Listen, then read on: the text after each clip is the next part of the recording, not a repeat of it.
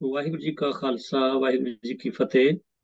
ਸਾਰੀ ਸੰਗਤ ਦਾ SMC online zoom ਦੀ class ਦੇ ਸਵਾਗਤ ਹੈ ਜੀ।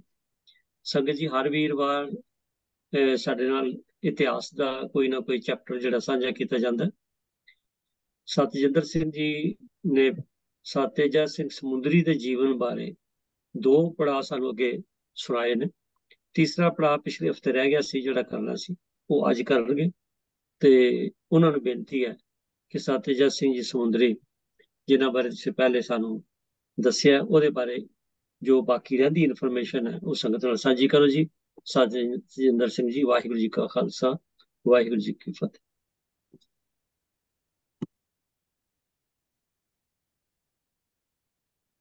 ਓੰਕਾਰ ਸਤਨਾਮ ਕਰਤਾ ਪੁਰਖ ਨਿਰਭਉ ਨਿਰਵੈਰ ਅਕਾਲ ਮੂਰਤ ਅਜੂਨੀ ਸੈਭੰ ਗੁਰ ਪ੍ਰਸਾਦ। ਵਾਹਿਗੁਰੂ ਵਾਹਿਗੁਰੂ ਵਾਹਿਗੁਰੂ ਵਾਹਿਗੁਰੂ ਵਾਹਿਗੁਰੂ ਵਾਹਿਗੁਰੂ ਜੀ ਕਾ ਖਾਲਸਾ ਵਾਹਿਗੁਰੂ ਜੀ ਕੀ ਫਤਿਹ। ਸਿੱਖ ਮਿਸ਼ਨਰੀ ਕਾਲਜ ਦੀ ਗੁਰਮਤਿ ਕਲਾਸ USA ਦੇ ਅੰਦਰ ਦੇਸ਼ ਪ੍ਰਦੇਸ਼ਾਂ ਤੋਂ ਜੁੜੇ ਹੋਏ ਸਾਰੇ ਵੀਰਾਂ ਭੈਣਾਂ ਨੂੰ ਜੀ ਆਇਆਂ ਕਹਿੰਦਾ ਹੋਇਆ, ਅੱਜ ਦੀ ਜੋ ਕਲਾਸ ਹੈ ਉਸ ਦੇ ਵਿੱਚ ਆਪਣੇ ਲੈਕਚਰ ਨੂੰ ਆਰੰਭ ਕਰਨ ਤੋਂ ਪਹਿਲਾਂ ਦੋ ਹੱਥ ਜੋੜ ਕਰਕੇ ਆਪ ਜੀ ਪਾਸੋਂ ਅਸੀਸ ਮੰਗਦਾ ਹਾਂ। ਅਸੀਂ ਪਿੱਛੇ ਦੋ ਲੈਕਚਰਾਂ ਵਿੱਚ ਪੰਥ ਦੇ ਮਹਾਨ ਯੋਧੇ, ਜਰਨੈਲ ਔਰ ਬੜੇ ਉੱਚੇ ਪੱਧਰ ਦੇ ਗੁਰਸਿੱਖ ਭਾਈ ਤੇਜਾ ਸਿੰਘ ਸਮੁੰਦਰੀ ਜੀ ਦੇ ਜੀਵਨ ਉੱਤੇ ਝਾਤ ਮਾਰੀ ਹੈ। ਉਹਨਾਂ ਦੇ ਬਾਰੇ ਲੋਕਾਂ ਦੇ ਕੀ ਵਿਚਾਰ ਰਹੇ ਹਨ, ਉਹਨਾਂ ਦਾ ਮੁੱਢਲਾ ਜੀਵਨ ਕਿਸ ਤਰ੍ਹਾਂ ਸੀ ਔਰ ਉਹਨਾਂ ਨੇ ਕਿਸ ਤਰ੍ਹਾਂ ਅੱਗੇ ਜਾ ਕੇ ਵੱਖ-ਵੱਖ ਪੜਾਵਾਂ ਦੇ ਵਿੱਚ ਆਪਣੀ ਉਮਰ ਦੇ ਵਿੱਚ ਕਿਸ ਤਰ੍ਹਾਂ ਪੰਥ ਦੀ ਸੇਵਾ ਕੀਤੀ। ਤਾਂ ਮੈਂ ਵੀਰ MP ਸਿੰਘ ਜੀ ਨੂੰ ਬੇਨਤੀ ਕਰਾਂਗਾ ਕਿ ਉਹਨਾਂ ਕੋਲ ਭਾਈ ਤੇਜਾ ਸਿੰਘ ਸਮੁੰਦਰੀ ਜੀ ਦੀ ਜੋ ਇਮੇਜਿਸ ਹਨ ਉਹਨਾਂ ਵਿੱਚੋਂ ਅਗਰ ਸਾਂਝੀ ਕਰਨ ਤੇ ਬਹੁਤ ਬਹੁਤ ਧੰਨਵਾਦ ਹੋਏਗਾ ਆਪ ਜੀ ਦਾ। ਤਾਂ ਅਸੀਂ ਆਰੰਭ ਕਰਦੇ ਹਾਂ ਅੱਜ ਦੀ ਗੱਲ ਕਿ ਜੋ ਭਾਈ ਤੇਜਾ ਸਿੰਘ ਸਮੁੰਦਰੀ ਜੀ ਨੇ ਆਪਣੇ ਜੀਵਨ ਦੇ ਵਿੱਚ ਕੀਤਾ ਹੈ, ਉਹਨਾਂ ਦੇ ਵਿੱਚੋਂ ਉਹਨਾਂ ਦੇ ਕਈ ਜਿਹੜੇ ਪੰਥਕ ਮੋਰਚੇ ਹਨ, ਉਹਨਾਂ ਦੇ ਵਿੱਚ ਉਹਨਾਂ ਦੀ ਬੜੀ ਸ਼ਾਨਦਾਰ ਜਿਹੜੀ ਉਹਨਾਂ ਦਾ ਯੋਗਦਾਨ ਰਿਹਾ ਹੈ, ਉਹਨਾਂ ਦੀ ਪਾਰਟਿਸਿਪੇਸ਼ਨ ਰਹੀ ਹੈ। ਤੋ ਅਸੀਂ ਅੱਜ ਉਹਨਾਂ ਵੱਲੋਂ ਕਿ ਜਿਹੜੇ ਅੰਗਰੇਜ਼ਾਂ ਨੇ ਸਿੱਖਾਂ ਦੇ ਨਾਲ ਜਿਹੜੇ ਜ਼ੁਲਮ ਕੀਤੇ, ਉਹਨਾਂ ਦੇ ਵਿਰੁੱਧ ਜਿਹੜੇ ਸਿੱਖਾਂ ਨੇ ਰੋਸ਼ ਮੁਜ਼ਾਹਰੇ ਕੀਤੇ, ਅਲੱਗ-ਅਲੱਗ ਉਹਨਾਂ ਨੇ ਮੋਰਚੇ ਲਾਏ, ਉਹਨਾਂ ਵਿੱਚ ਕਿਸ ਤਰੀਕੇ ਦਾ ਰੋਲ ਜਿਹੜਾ ਹੈ ਉਹ ਭਾਈ ਤੇਜਾ ਸਿੰਘ ਸਮੁੰਦਰੀ ਜੀ ਨੇ ਅਦਾ ਕੀਤਾ, ਉਸ ਬਾਰੇ ਅਸੀਂ ਅੱਜ ਆਪ ਜੀ ਦੇ ਨਾਲ ਵਿਚਾਰ ਕਰਾਂਗੇ। ਤੋ ਆਓ ਸਭ ਤੋਂ ਪਹਿਲਾਂ ਅਸੀਂ ਦੇਖੀਏ ਕਿ 1913 ਵਿੱਚ ਕੈਨੇਡਾ ਵਿੱਚ ਇੱਕ ਕਾਨੂੰਨ ਪਾਸ ਕਰਕੇ ਹਿੰਦੁਸਤਾਨੀਆਂ ਨੂੰ ਉੱਥੇ ਵੜਨੋਂ ਰੋਕ ਦਿੱਤਾ ਗਿਆ। ਹਿੰਦੁਸਤਾਨੋਂ ਕੈਨੇਡਾ ਵਿੱਚ ਗਏ ਬਹੁਤੇ ਸਿੱਖ ਹੀ ਸਨ ਤੇ ਸਿੱਖ ਹੀ ਹੋਰ ਵੀ ਜਾ ਰਹੇ ਸਨ ਉੱਥੇ। ਅੱਜ ਵੀ ਕਾਫੀ ਤਾਦਾਦ ਦੇ ਵਿੱਚ ਕੈਨੇਡਾ ਦਾ ਵੀ ਸਿੱਖ ਹਨ। ਸਿੱਖ ਉੱਥੇ ਪਹੁੰਚ ਕੇ ਕਮਾਈ ਕਰਦੇ ਸਨ ਤੇ ਉਹ ਪੰਥਕ ਆਗੂਆਂ ਨੂੰ ਕਾਫੀ ਸਹਾਇਤਾ ਵੀ ਕਰਦੇ ਸਨ। ਕੈਨੇਡਾ ਵਿੱਚ ਹਿੰਦੁਸਤਾਨੀਆਂ ਦੇ ਦਾਖਲੇ ਉੱਪਰ ਪਾਬੰਦੀ ਲੱਗ ਜਾਣ ਤੇ ਕੈਨੇਡਾ ਵਿੱਚ ਰਹਿਣ ਵਾਲੇ ਸਿੱਖਾਂ ਨੇ ਪੰਜਾਬ ਦੇ ਸਿੱਖਾਂ ਕੋਲ ਸਹਾਇਤਾ ਲਈ ਅਪੀਲ ਕੀਤੀ।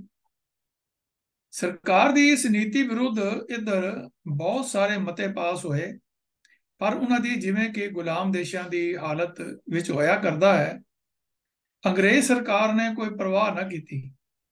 ਇਹ ਤੇ ਗੁਲਾਮ ਹੀ ਹਨ, ਇਹ ਕੀ ਕਰ ਲੈਣਗੇ। ਇਸ ਉਪਰੰਤ ਕੈਨੇਡਾ ਵਿੱਚ ਵਸਦੇ ਹਿੰਦੁਸਤਾਨੀਆਂ ਵੱਲੋਂ ਭਾਈ ਬਲਵੰਤ ਸਿੰਘ ਜੀ, ਭਾਈ ਨਰੈਣ ਸਿੰਘ ਜੀ ਤੇ ਭਾਈ ਨੰਦ ਸਿੰਘ ਨਾਲ ਮਿਲ ਕਰਕੇ ਇੱਕ ਡੈਪੂਟੇਸ਼ਨ ਜਿਹੜਾ ਹੈ ਉਹ ਘੱਲਿਆ ਗਿਆ। ਇਹ ਡੈਪੂਟੇਸ਼ਨ ਪਹਿਲਾਂ ਇੰਗਲੈਂਡ ਗਿਆ, उत्थे बरतानवी हुकूमत ने इन्हां दी कोई गल ना सुनी। फिर ये डेपूटेशन पंजाब आया। इत्थों के लोग उन्हीं दिनी बहुत दबे हुए सन।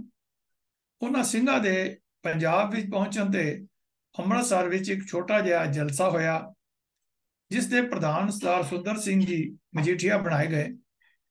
ਇਸ ਦੀਵਾਨ ਵਿੱਚ ਸਰਦਾਰ ਸੁੰਦਰ ਸਿੰਘ ਨੇ ਭਾਈ ਬਲਵੰਤ ਸਿੰਘ ਨੂੰ ਤਕਰੀਰ ਕਰਦਿਆਂ ਵਿੱਚ ਹੀ ਰੋਕ ਦਿੱਤਾ ਅਤੇ ਆਪ ਇੱਕ ਅਜਿਹੀ ਤਕਰੀਰ ਸ਼ੁਰੂ ਕਰ ਦਿੱਤੀ ਜਿਸ ਨਾਲ ਡੈਪੂਟੇਸ਼ਨ ਵਾਲੇ ਮਾਯੂਸ ਹੋ ਗਏ। ਉਹਨਾਂ ਦਾ ਫਿਰ ਇੱਕ ਛੋਟਾ ਜਿਹਾ ਜਲਸਾ ਲਾਹੌਰ ਵਿੱਚ ਕਾਂਗਰਸ ਨੇ ਕਰਵਾਇਆ। ਉਸ ਸਮੇਂ ਕਾਂਗਰਸ ਕਮੇਟੀ ਕੇਵਲ ਲਾਹੌਰ ਸ਼ਹਿਰ ਵਿੱਚ ਹੀ ਬਣੀ ਹੋਈ ਸੀ। ਇਸ ਜਲਸੇ ਪਿੱਛੋਂ ਜਲੰਧਰ ਤੇ ਫਿਰੋਜ਼ਪੁਰ ਦੇ ਸ਼ਹਿਰਾਂ ਵਿੱਚ ਵੀ ਜਲਸੇ ਹੋਏ, ਜਿਨ੍ਹਾਂ ਵਿੱਚ ਹਿੰਦੂ, ਮੁਸਲਮਾਨ ਤੇ ਸਿੱਖ ਆਗੂਆਂ ਨੇ ਆਪਣੀਆਂ ਆਪਣੀਆਂ ਤਕਰੀਰਾਂ ਕੀਤੀਆਂ। ਇਸ ਉਪਰੰਤ ਡੈਪੂਟੇਸ਼ਨ ਨੂੰ ਫਿਰ ਸਰਦਾਰ ਤੇਜਾ ਸਿੰਘ ਸਮੁੰਦਰੀ ਅਤੇ ਹੋਰ ਮੁੱਖ ਸਿੱਖ ਲਾਇਲਪੁਰ ਲੈ ਗਏ। ਉਸ ਵੇਲੇ ਸਾਰੀ ਬਾਰ ਵਿੱਚ ਸਰਦਾਰ ਹਰਚੰਦ ਸਿੰਘ, ਸਰਦਾਰ ਤੇਜਾ ਸਿੰਘ ਸਮੁੰਦਰੀ, ਸਰਦਾਰ ਬਿਸ਼ਨ ਸਿੰਘ ਸਿੰਘਪੁਰੀਆ, ਸਰਦਾਰ ਮੱਘਰ ਸਿੰਘ ਜੀ, ਸਰਦਾਰ ਸਾਧੂ ਸਿੰਘ ਬਾਹਮਣੀਵਾਲਾ ਆਦਿ ਲਾਇਲਪੁਰ ਦੇ ਲੀਡਰਾਂ ਦਾ ਬੜਾ ਰਸੂਖ ਸੀ। ਉਹਨਾਂ ਦੀ ਸਹਾਇਤਾ ਨਾਲ ਗੁਰਦੁਆਰਾ ਸਿੰਘ ਸਭਾ ਲਾਇਲਪੁਰ ਵਿੱਚ ਇੱਕ ਭਾਰੀ ਜਲਸਾ ਹੋਇਆ। ਉਹਨੇ ਦਿਨੀ ਹੀ ਖਾਲਸਾ ਹਾਈ ਸਕੂਲ ਲਾਇਲਪੁਰ ਦਾ ਸਾਲਾਨਾ ਦੀਵਾਨ ਚੱਲ ਰਿਹਾ ਸੀ। ਉਸ ਦੀਵਾਨ ਕੈਨੇਡਾ ਨਿਵਾਸੀ ਹਿੰਦੁਸਤਾਨੀਆਂ ਦੇ ਹੱਕ ਵਿੱਚ ਮਤਾ ਪਾਸ ਕੀਤਾ ਗਿਆ। ਡੈਪੂਟੇਸ਼ਨ ਵਾਲੇ ਕੁਝ ਦਿਨ ਲਾਇਲਪੁਰ ਠਹਿਰੇ ਤੇ ਫਿਰ ਮਾਸਟਰ ਤਾਰਾ ਸਿੰਘ ਨਾਲ ਉਹ ਰਾਵਲਪਿੰਡੀ, ਗੁਜਰ ਖਾਨ ਆਦਿ ਥਾਵਾਂ ਤੇ ਵੀ ਗਏ। ਉੱਥੇ ਹੀ ਜਲਸੇ ਕਰਕੇ ਮਤੇ ਪਾਸ ਕੀਤੇ ਗਏ। ਕੈਨੇਡੀਆਂ ਦੇ ਵਿੱਚ ਜਿਹੜੇ ਸਿੱਖ ਸਨ, ਹਿੰਦੁਸਤਾਨੀ ਸਨ, ਉਹਨਾਂ ਦੇ ਹੱਕ ਵਿੱਚ। ਛੇਤੀ ਪਿੱਛੋਂ ਕਾਮਾਗਾਟਾ ਮਾਰੂ ਜਹਾਜ਼ ਦਾ ਸਾਕਾ ਵਾਪਰਿਆ ਤੇ ਗਦਰ ਪਾਰਟੀ ਦੀ ਲਹਿਰ ਚੱਲੀ। ਗਦਰੀ ਲੀਡਰਾਂ ਵਿੱਚੋਂ ਸਰਦਾਰ ਤੇਜਾ ਸਿੰਘ ਸਮੁੰਦਰੀ ਦੀ ਮੁਲਾਕਾਤ ਕਦੀ ਕਿਸੇ ਨਾਲ ਹੋਈ ਵੀ ਕਿ ਨਾ, ਅਤੇ ਜੇ ਹੋਈ ਤਾਂ ਕਿਸ ਨਾਲ, ਇਸ ਗੱਲ ਦਾ ਕੋਈ ਪਤਾ ਨਹੀਂ ਲੱਗ ਸਕਿਆ। ਪਰ ਸਰਦਾਰ ਤੇਜਾ ਸਿੰਘ ਚੂੜਕਾਣਾ ਦੱਸਦੇ ਹਨ ਕਿ ਇਹਨਾਂ ਨੂੰ ਸਰਦਾਰ ਹਰਚੰਦ ਸਿੰਘ ਦੀ ਕੋਠੀ ਸਰਦਾਰ ਕਰਤਾਰ ਸਿੰਘ ਸਰਾਭਾ ਨਾਲ ਮਿਲਣ ਦਾ ਇਤਫਾਕ ਹੋਇਆ ਸੀ ਤੇ ਇਹ ਉਹਨਾਂ ਦੇ ਉੱਚੇ ਇਰਾਦਿਆਂ ਤੋਂ ਕਾਫੀ ਪ੍ਰਭਾਵਿਤ ਹੋਏ ਸਨ। ਲਾਇਲਪੁਰ ਵੀ ਸਰਦਾਰ ਹਰਚੰਦ ਸਿੰਘ ਦੀ ਕੋਠੀ ਸ਼ਹਿਰ ਦੇ ਬਿਲਕੁਲ ਨੇੜੇ ਸੀ। ਬਾਹਰ ਦੇ ਜ਼ਿਮੀਂਦਾਰਾਂ ਨੂੰ ਅਕਸਰ ਸ਼ਹਿਰ ਆਉਣਾ ਪੈਂਦਾ ਸੀ। ਉਹਨੇ ਦਿਨੀ ਲਾਰੀਆਂ ਬਹੁਤ ਘੱਟ ਸਨ। ਕਈ ਪੁੱਛਣਗੇ ਕਿ ਲਾਰੀਆਂ ਕਿਹਨੂੰ ਕਹਿੰਦੇ ਨੇ? ਲਾਰੀਆਂ ਦਾ ਮਤਲਬ ਹੈ ਬੱਸ, ਜਿਹੜੀ ਮੋਟਰ ਨਾਲ ਚੱਲਦੀਆਂ ਹਨ। ਇਸ ਲਈ ਸਵਾਰੀ ਘੋੜੇ ਜਾਂ ਟਾਂਗੇ ਉੱਤੇ ਹੀ ਵਧੇਰੇ ਕੀਤੀ ਜਾਂਦੀ ਸੀ। ਸ਼ਹਿਰ ਵਿੱਚ ਜੋ ਵੀ ਸਰਦਾਰ ਕਿਸੇ ਕੰਮ ਆਉਂਦਾ, ਉਹ ਰਾਤੀ ਸਰਦਾਰ ਹਰਚੰਦ ਸਿੰਘ ਜੀ ਦੀ ਕੋਠੀ ਵਿੱਚ ਹੀ ਠਹਿਰਦਾ। ਸਰਦਾਰ ਹਰਚੰਦ ਸਿੰਘ ਆਪਣੇ ਆਜ਼ਾਦੀ ਪਸੰਦ ਖਿਆਲਾਂ ਲਈ ਪ੍ਰਸਿੱਧ ਸਨ। ਇਹੋ ਜਿਹੇ ਕਿਸੇ ਮੌਕੇ ਤੇ ਸਮੁੰਦਰੀ ਸਾਹਿਬ ਦੀ ਮੁਲਾਕਾਤ ਤੁਰ ਫਿਰ ਕੇ ਤੇ ਛੁਪ ਛੁਪਾ ਕੇ ਕੰਮ ਕਰ ਰਹੇ ਇਨਕਲਾਬੀਆਂ ਨਾਲ ਹੋਣੀ ਐਨ ਸੰਭਵ ਹੈ। ਕੁਝ ਵੀ ਹੋਵੇ, ਸਰਦਾਰ ਹਰਚੰਦ ਸਿੰਘ ਨਾਲ ਇਹਨਾਂ ਦਾ ਉੱਠਣਾ ਬੈਠਣਾ ਬਹੁਤ ਸੀ ਤੇ ਰਾਜਸੀ ਤੇ ਧਾਰਮਿਕ ਮਸਲਿਆਂ ਵਿੱਚ ਦੋਹਾਂ ਦੇ ਖਿਆਲ ਰਲਦੇ ਸਨ। 1913 ਵਿੱਚ ਗੁਰਦੁਆਰਾ ਰਕਾਬਗੰਜ ਸਾਹਿਬ ਦੀ ਦੀਵਾਰ ਦੇ ਢਾਏ ਜਾਣ ਦੀ ਐਜੀਟੇਸ਼ਨ ਦਾ ਪ੍ਰਾਰੰਭ ਸਰਦਾਰ ਹਰਚੰਦ ਸਿੰਘ ਤੇ ਉਹਨਾਂ ਦੇ ਲਾਇਲਪੁਰੀ ਸਾਥੀਆਂ ਦੁਆਰਾ ਹੀ ਹੋਇਆ। ਇਸ ਗੱਲ ਦਾ ਵਿਸਤਾਰ ਨਾਲ ਅੱਗੇ ਜ਼ਿਕਰ ਕਰਾਂਗੇ। 1909 ਵਿੱਚ ਮਿੰਟੋ ਮਾਰਲੇ ਰਿਫਾਰਮ ਸਕੀਮ ਆਈ। ਇਸ ਵਿੱਚ ਮੁਸਲਮਾਨਾਂ ਨੂੰ ਵੱਖਰੀਆਂ ਚੋਣਾਂ ਦੇ ਹੱਕ ਦੇ ਨਾਲ ਉਹਨਾਂ ਦੀ ਆਪਣੀ ਗਿਣਤੀ ਤੋਂ ਵੱਧ ਪ੍ਰਤੀਨਿਧਤਾ ਦਿੱਤੀ ਗਈ। ਚੀਫ ਖਾਲਸਾ ਦੀਵਾਨ ਨੇ ਅਜਿਹੀਆਂ ਰਿਆਇਤਾਂ ਪੰਜਾਬ ਵਿੱਚ ਸਿੱਖਾਂ ਲਈ ਵੀ ਮੰਗੀਆਂ, ਪਰ ਸਰਕਾਰ ਨੇ ਮਨਾ ਕਰ ਦਿੱਤਾ, ਕੁਝ ਵੀ ਨਾ ਦਿੱਤਾ। 1916 ਵਿੱਚ ਇੰਡੀਅਨ ਨੈਸ਼ਨਲ ਕਾਂਗਰਸ ਅਤੇ ਮੁਸਲਿਮ ਲੀਗ ਵਿੱਚ ਲਖਨਊ ਪੈਕਟ ਹੋਇਆ। ਇਹ ਸਮਝੌਤਾ ਕਰਨ ਸਮੇਂ ਨਾ ਕਿਸੇ ਸਿੱਖ ਲੀਡਰ ਨੂੰ ਬੁਲਾਇਆ ਗਿਆ ਤੇ ਨਾ ਹੀ ਕਿਸੇ ਸਿੱਖ ਲੀਡਰ ਦੀ ਸਲਾਹ ਲਈ ਗਈ। ਇਹ ਸਮਝੌਤਾ ਸੂਬਿਆਂ ਦੀ ਲੈਜਿਸਲੇਟਿਵ ਕੌਂਸਲ ਅਤੇ ਕੇਂਦਰ ਦੀ ਲੈਜਿਸਲੇਟਿਵ ਅਸੈਂਬਲੀ ਦੀ ਪ੍ਰਤੀਨਿਧਤਾ ਬਾਰੇ ਕੀਤਾ ਗਿਆ ਸੀ।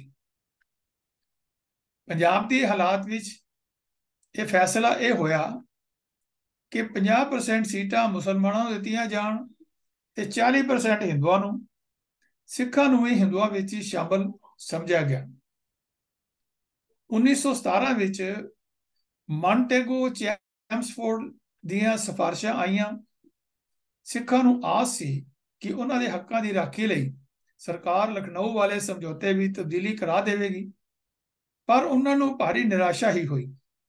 ਮਾਂਟੇਗੋ ਚੈਮਸਫੋਰਡ ਤਜਵੀਜ਼ਾਂ ਦੇ ਸਿੱਟੇ ਵਜੋਂ ਜੋ ਗਵਰਨਮੈਂਟ ਆਫ ਇੰਡੀਆ ਐਕਟ 1919 ਈਸਵੀ ਵਿੱਚ ਬਣਿਆ, ਉਸ ਵਿੱਚ ਸਿੱਖਾਂ ਨੂੰ ਉਸ ਤਰ੍ਹਾਂ ਦੀਆਂ ਰਿਆਇਤਾਂ ਨਾ ਦਿੱਤੀਆਂ ਗਈਆਂ ਜਿਸ ਤਰ੍ਹਾਂ ਦੀਆਂ ਮੁਸਲਮਾਨਾਂ ਨੂੰ ਘੱਟ ਗਿਣਤੀ ਵਾਲੇ ਸੂਬਿਆਂ ਵਿੱਚ ਦਿੱਤੀਆਂ ਗਈਆਂ ਸਨ।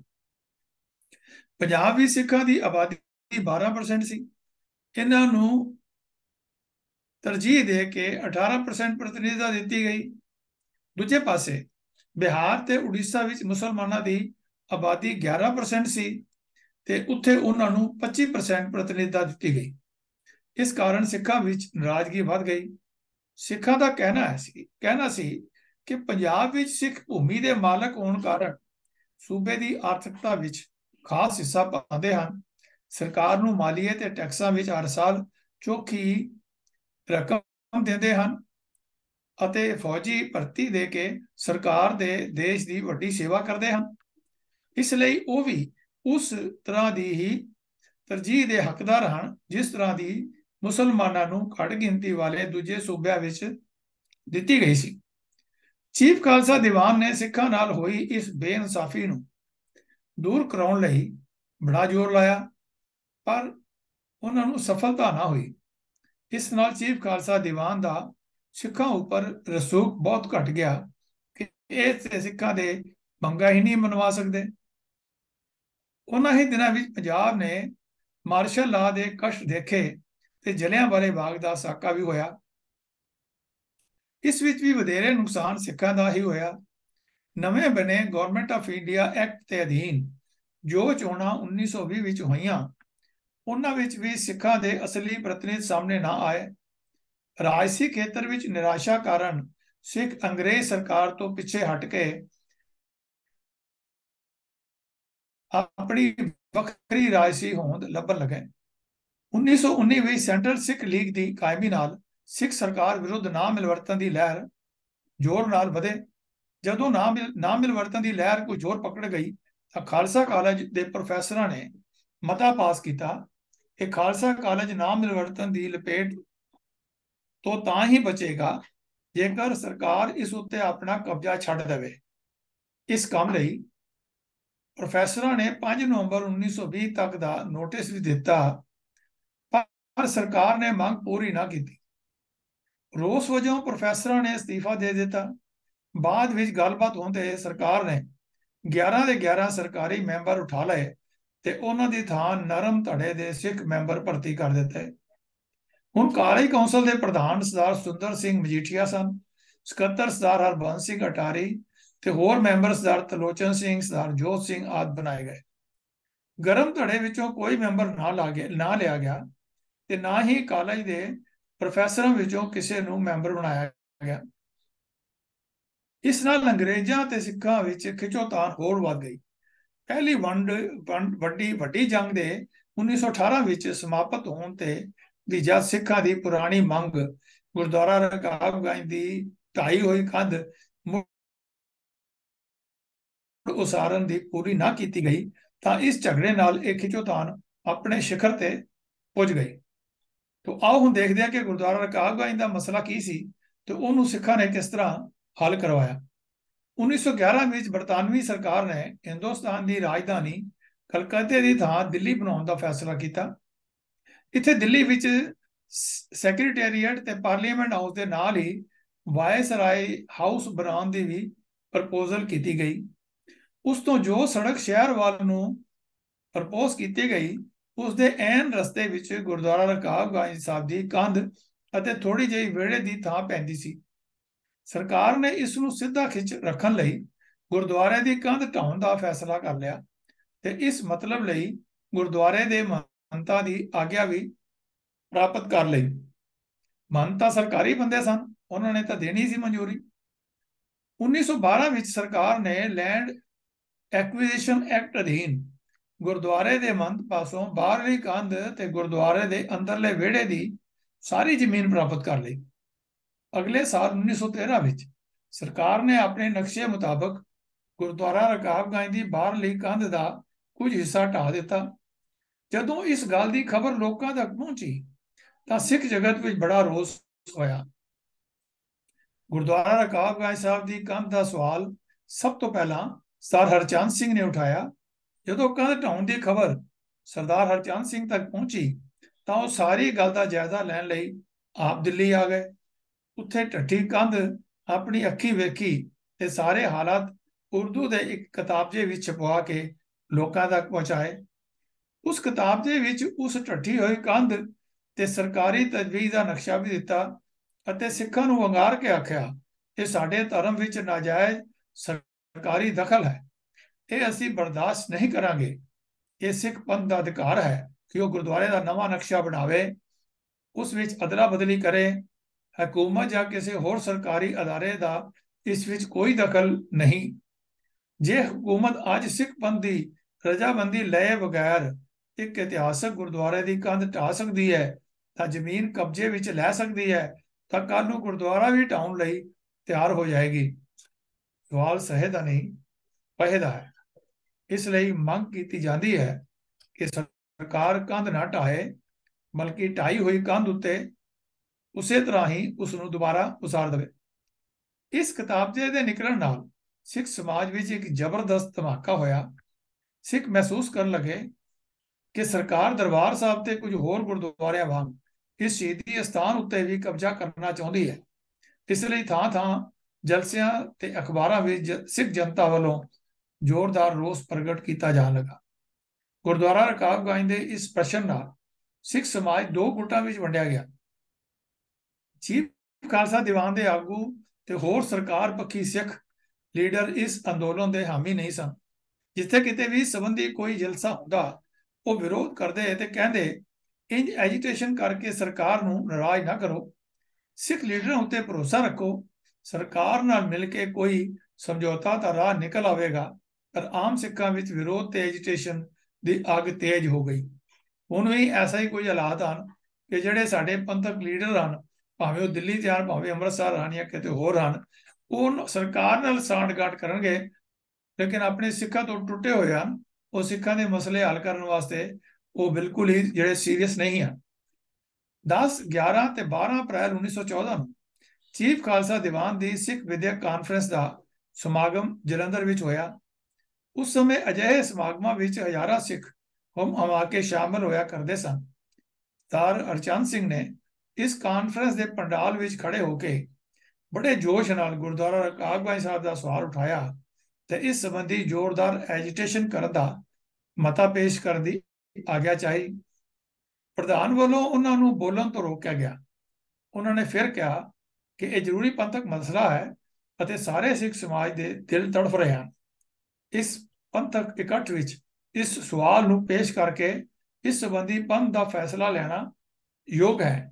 ਪਰ ਉਹਨਾਂ ਦੀ ਕਿਸੇ ਨਾ ਸੁਣੀ ਤੇ ਇਹ ਮਤਾ ਪੇਸ਼ ਕਰਨ ਦੀ ਆਗਿਆ ਨਾ ਦਿੱਤੀ ਗਈ।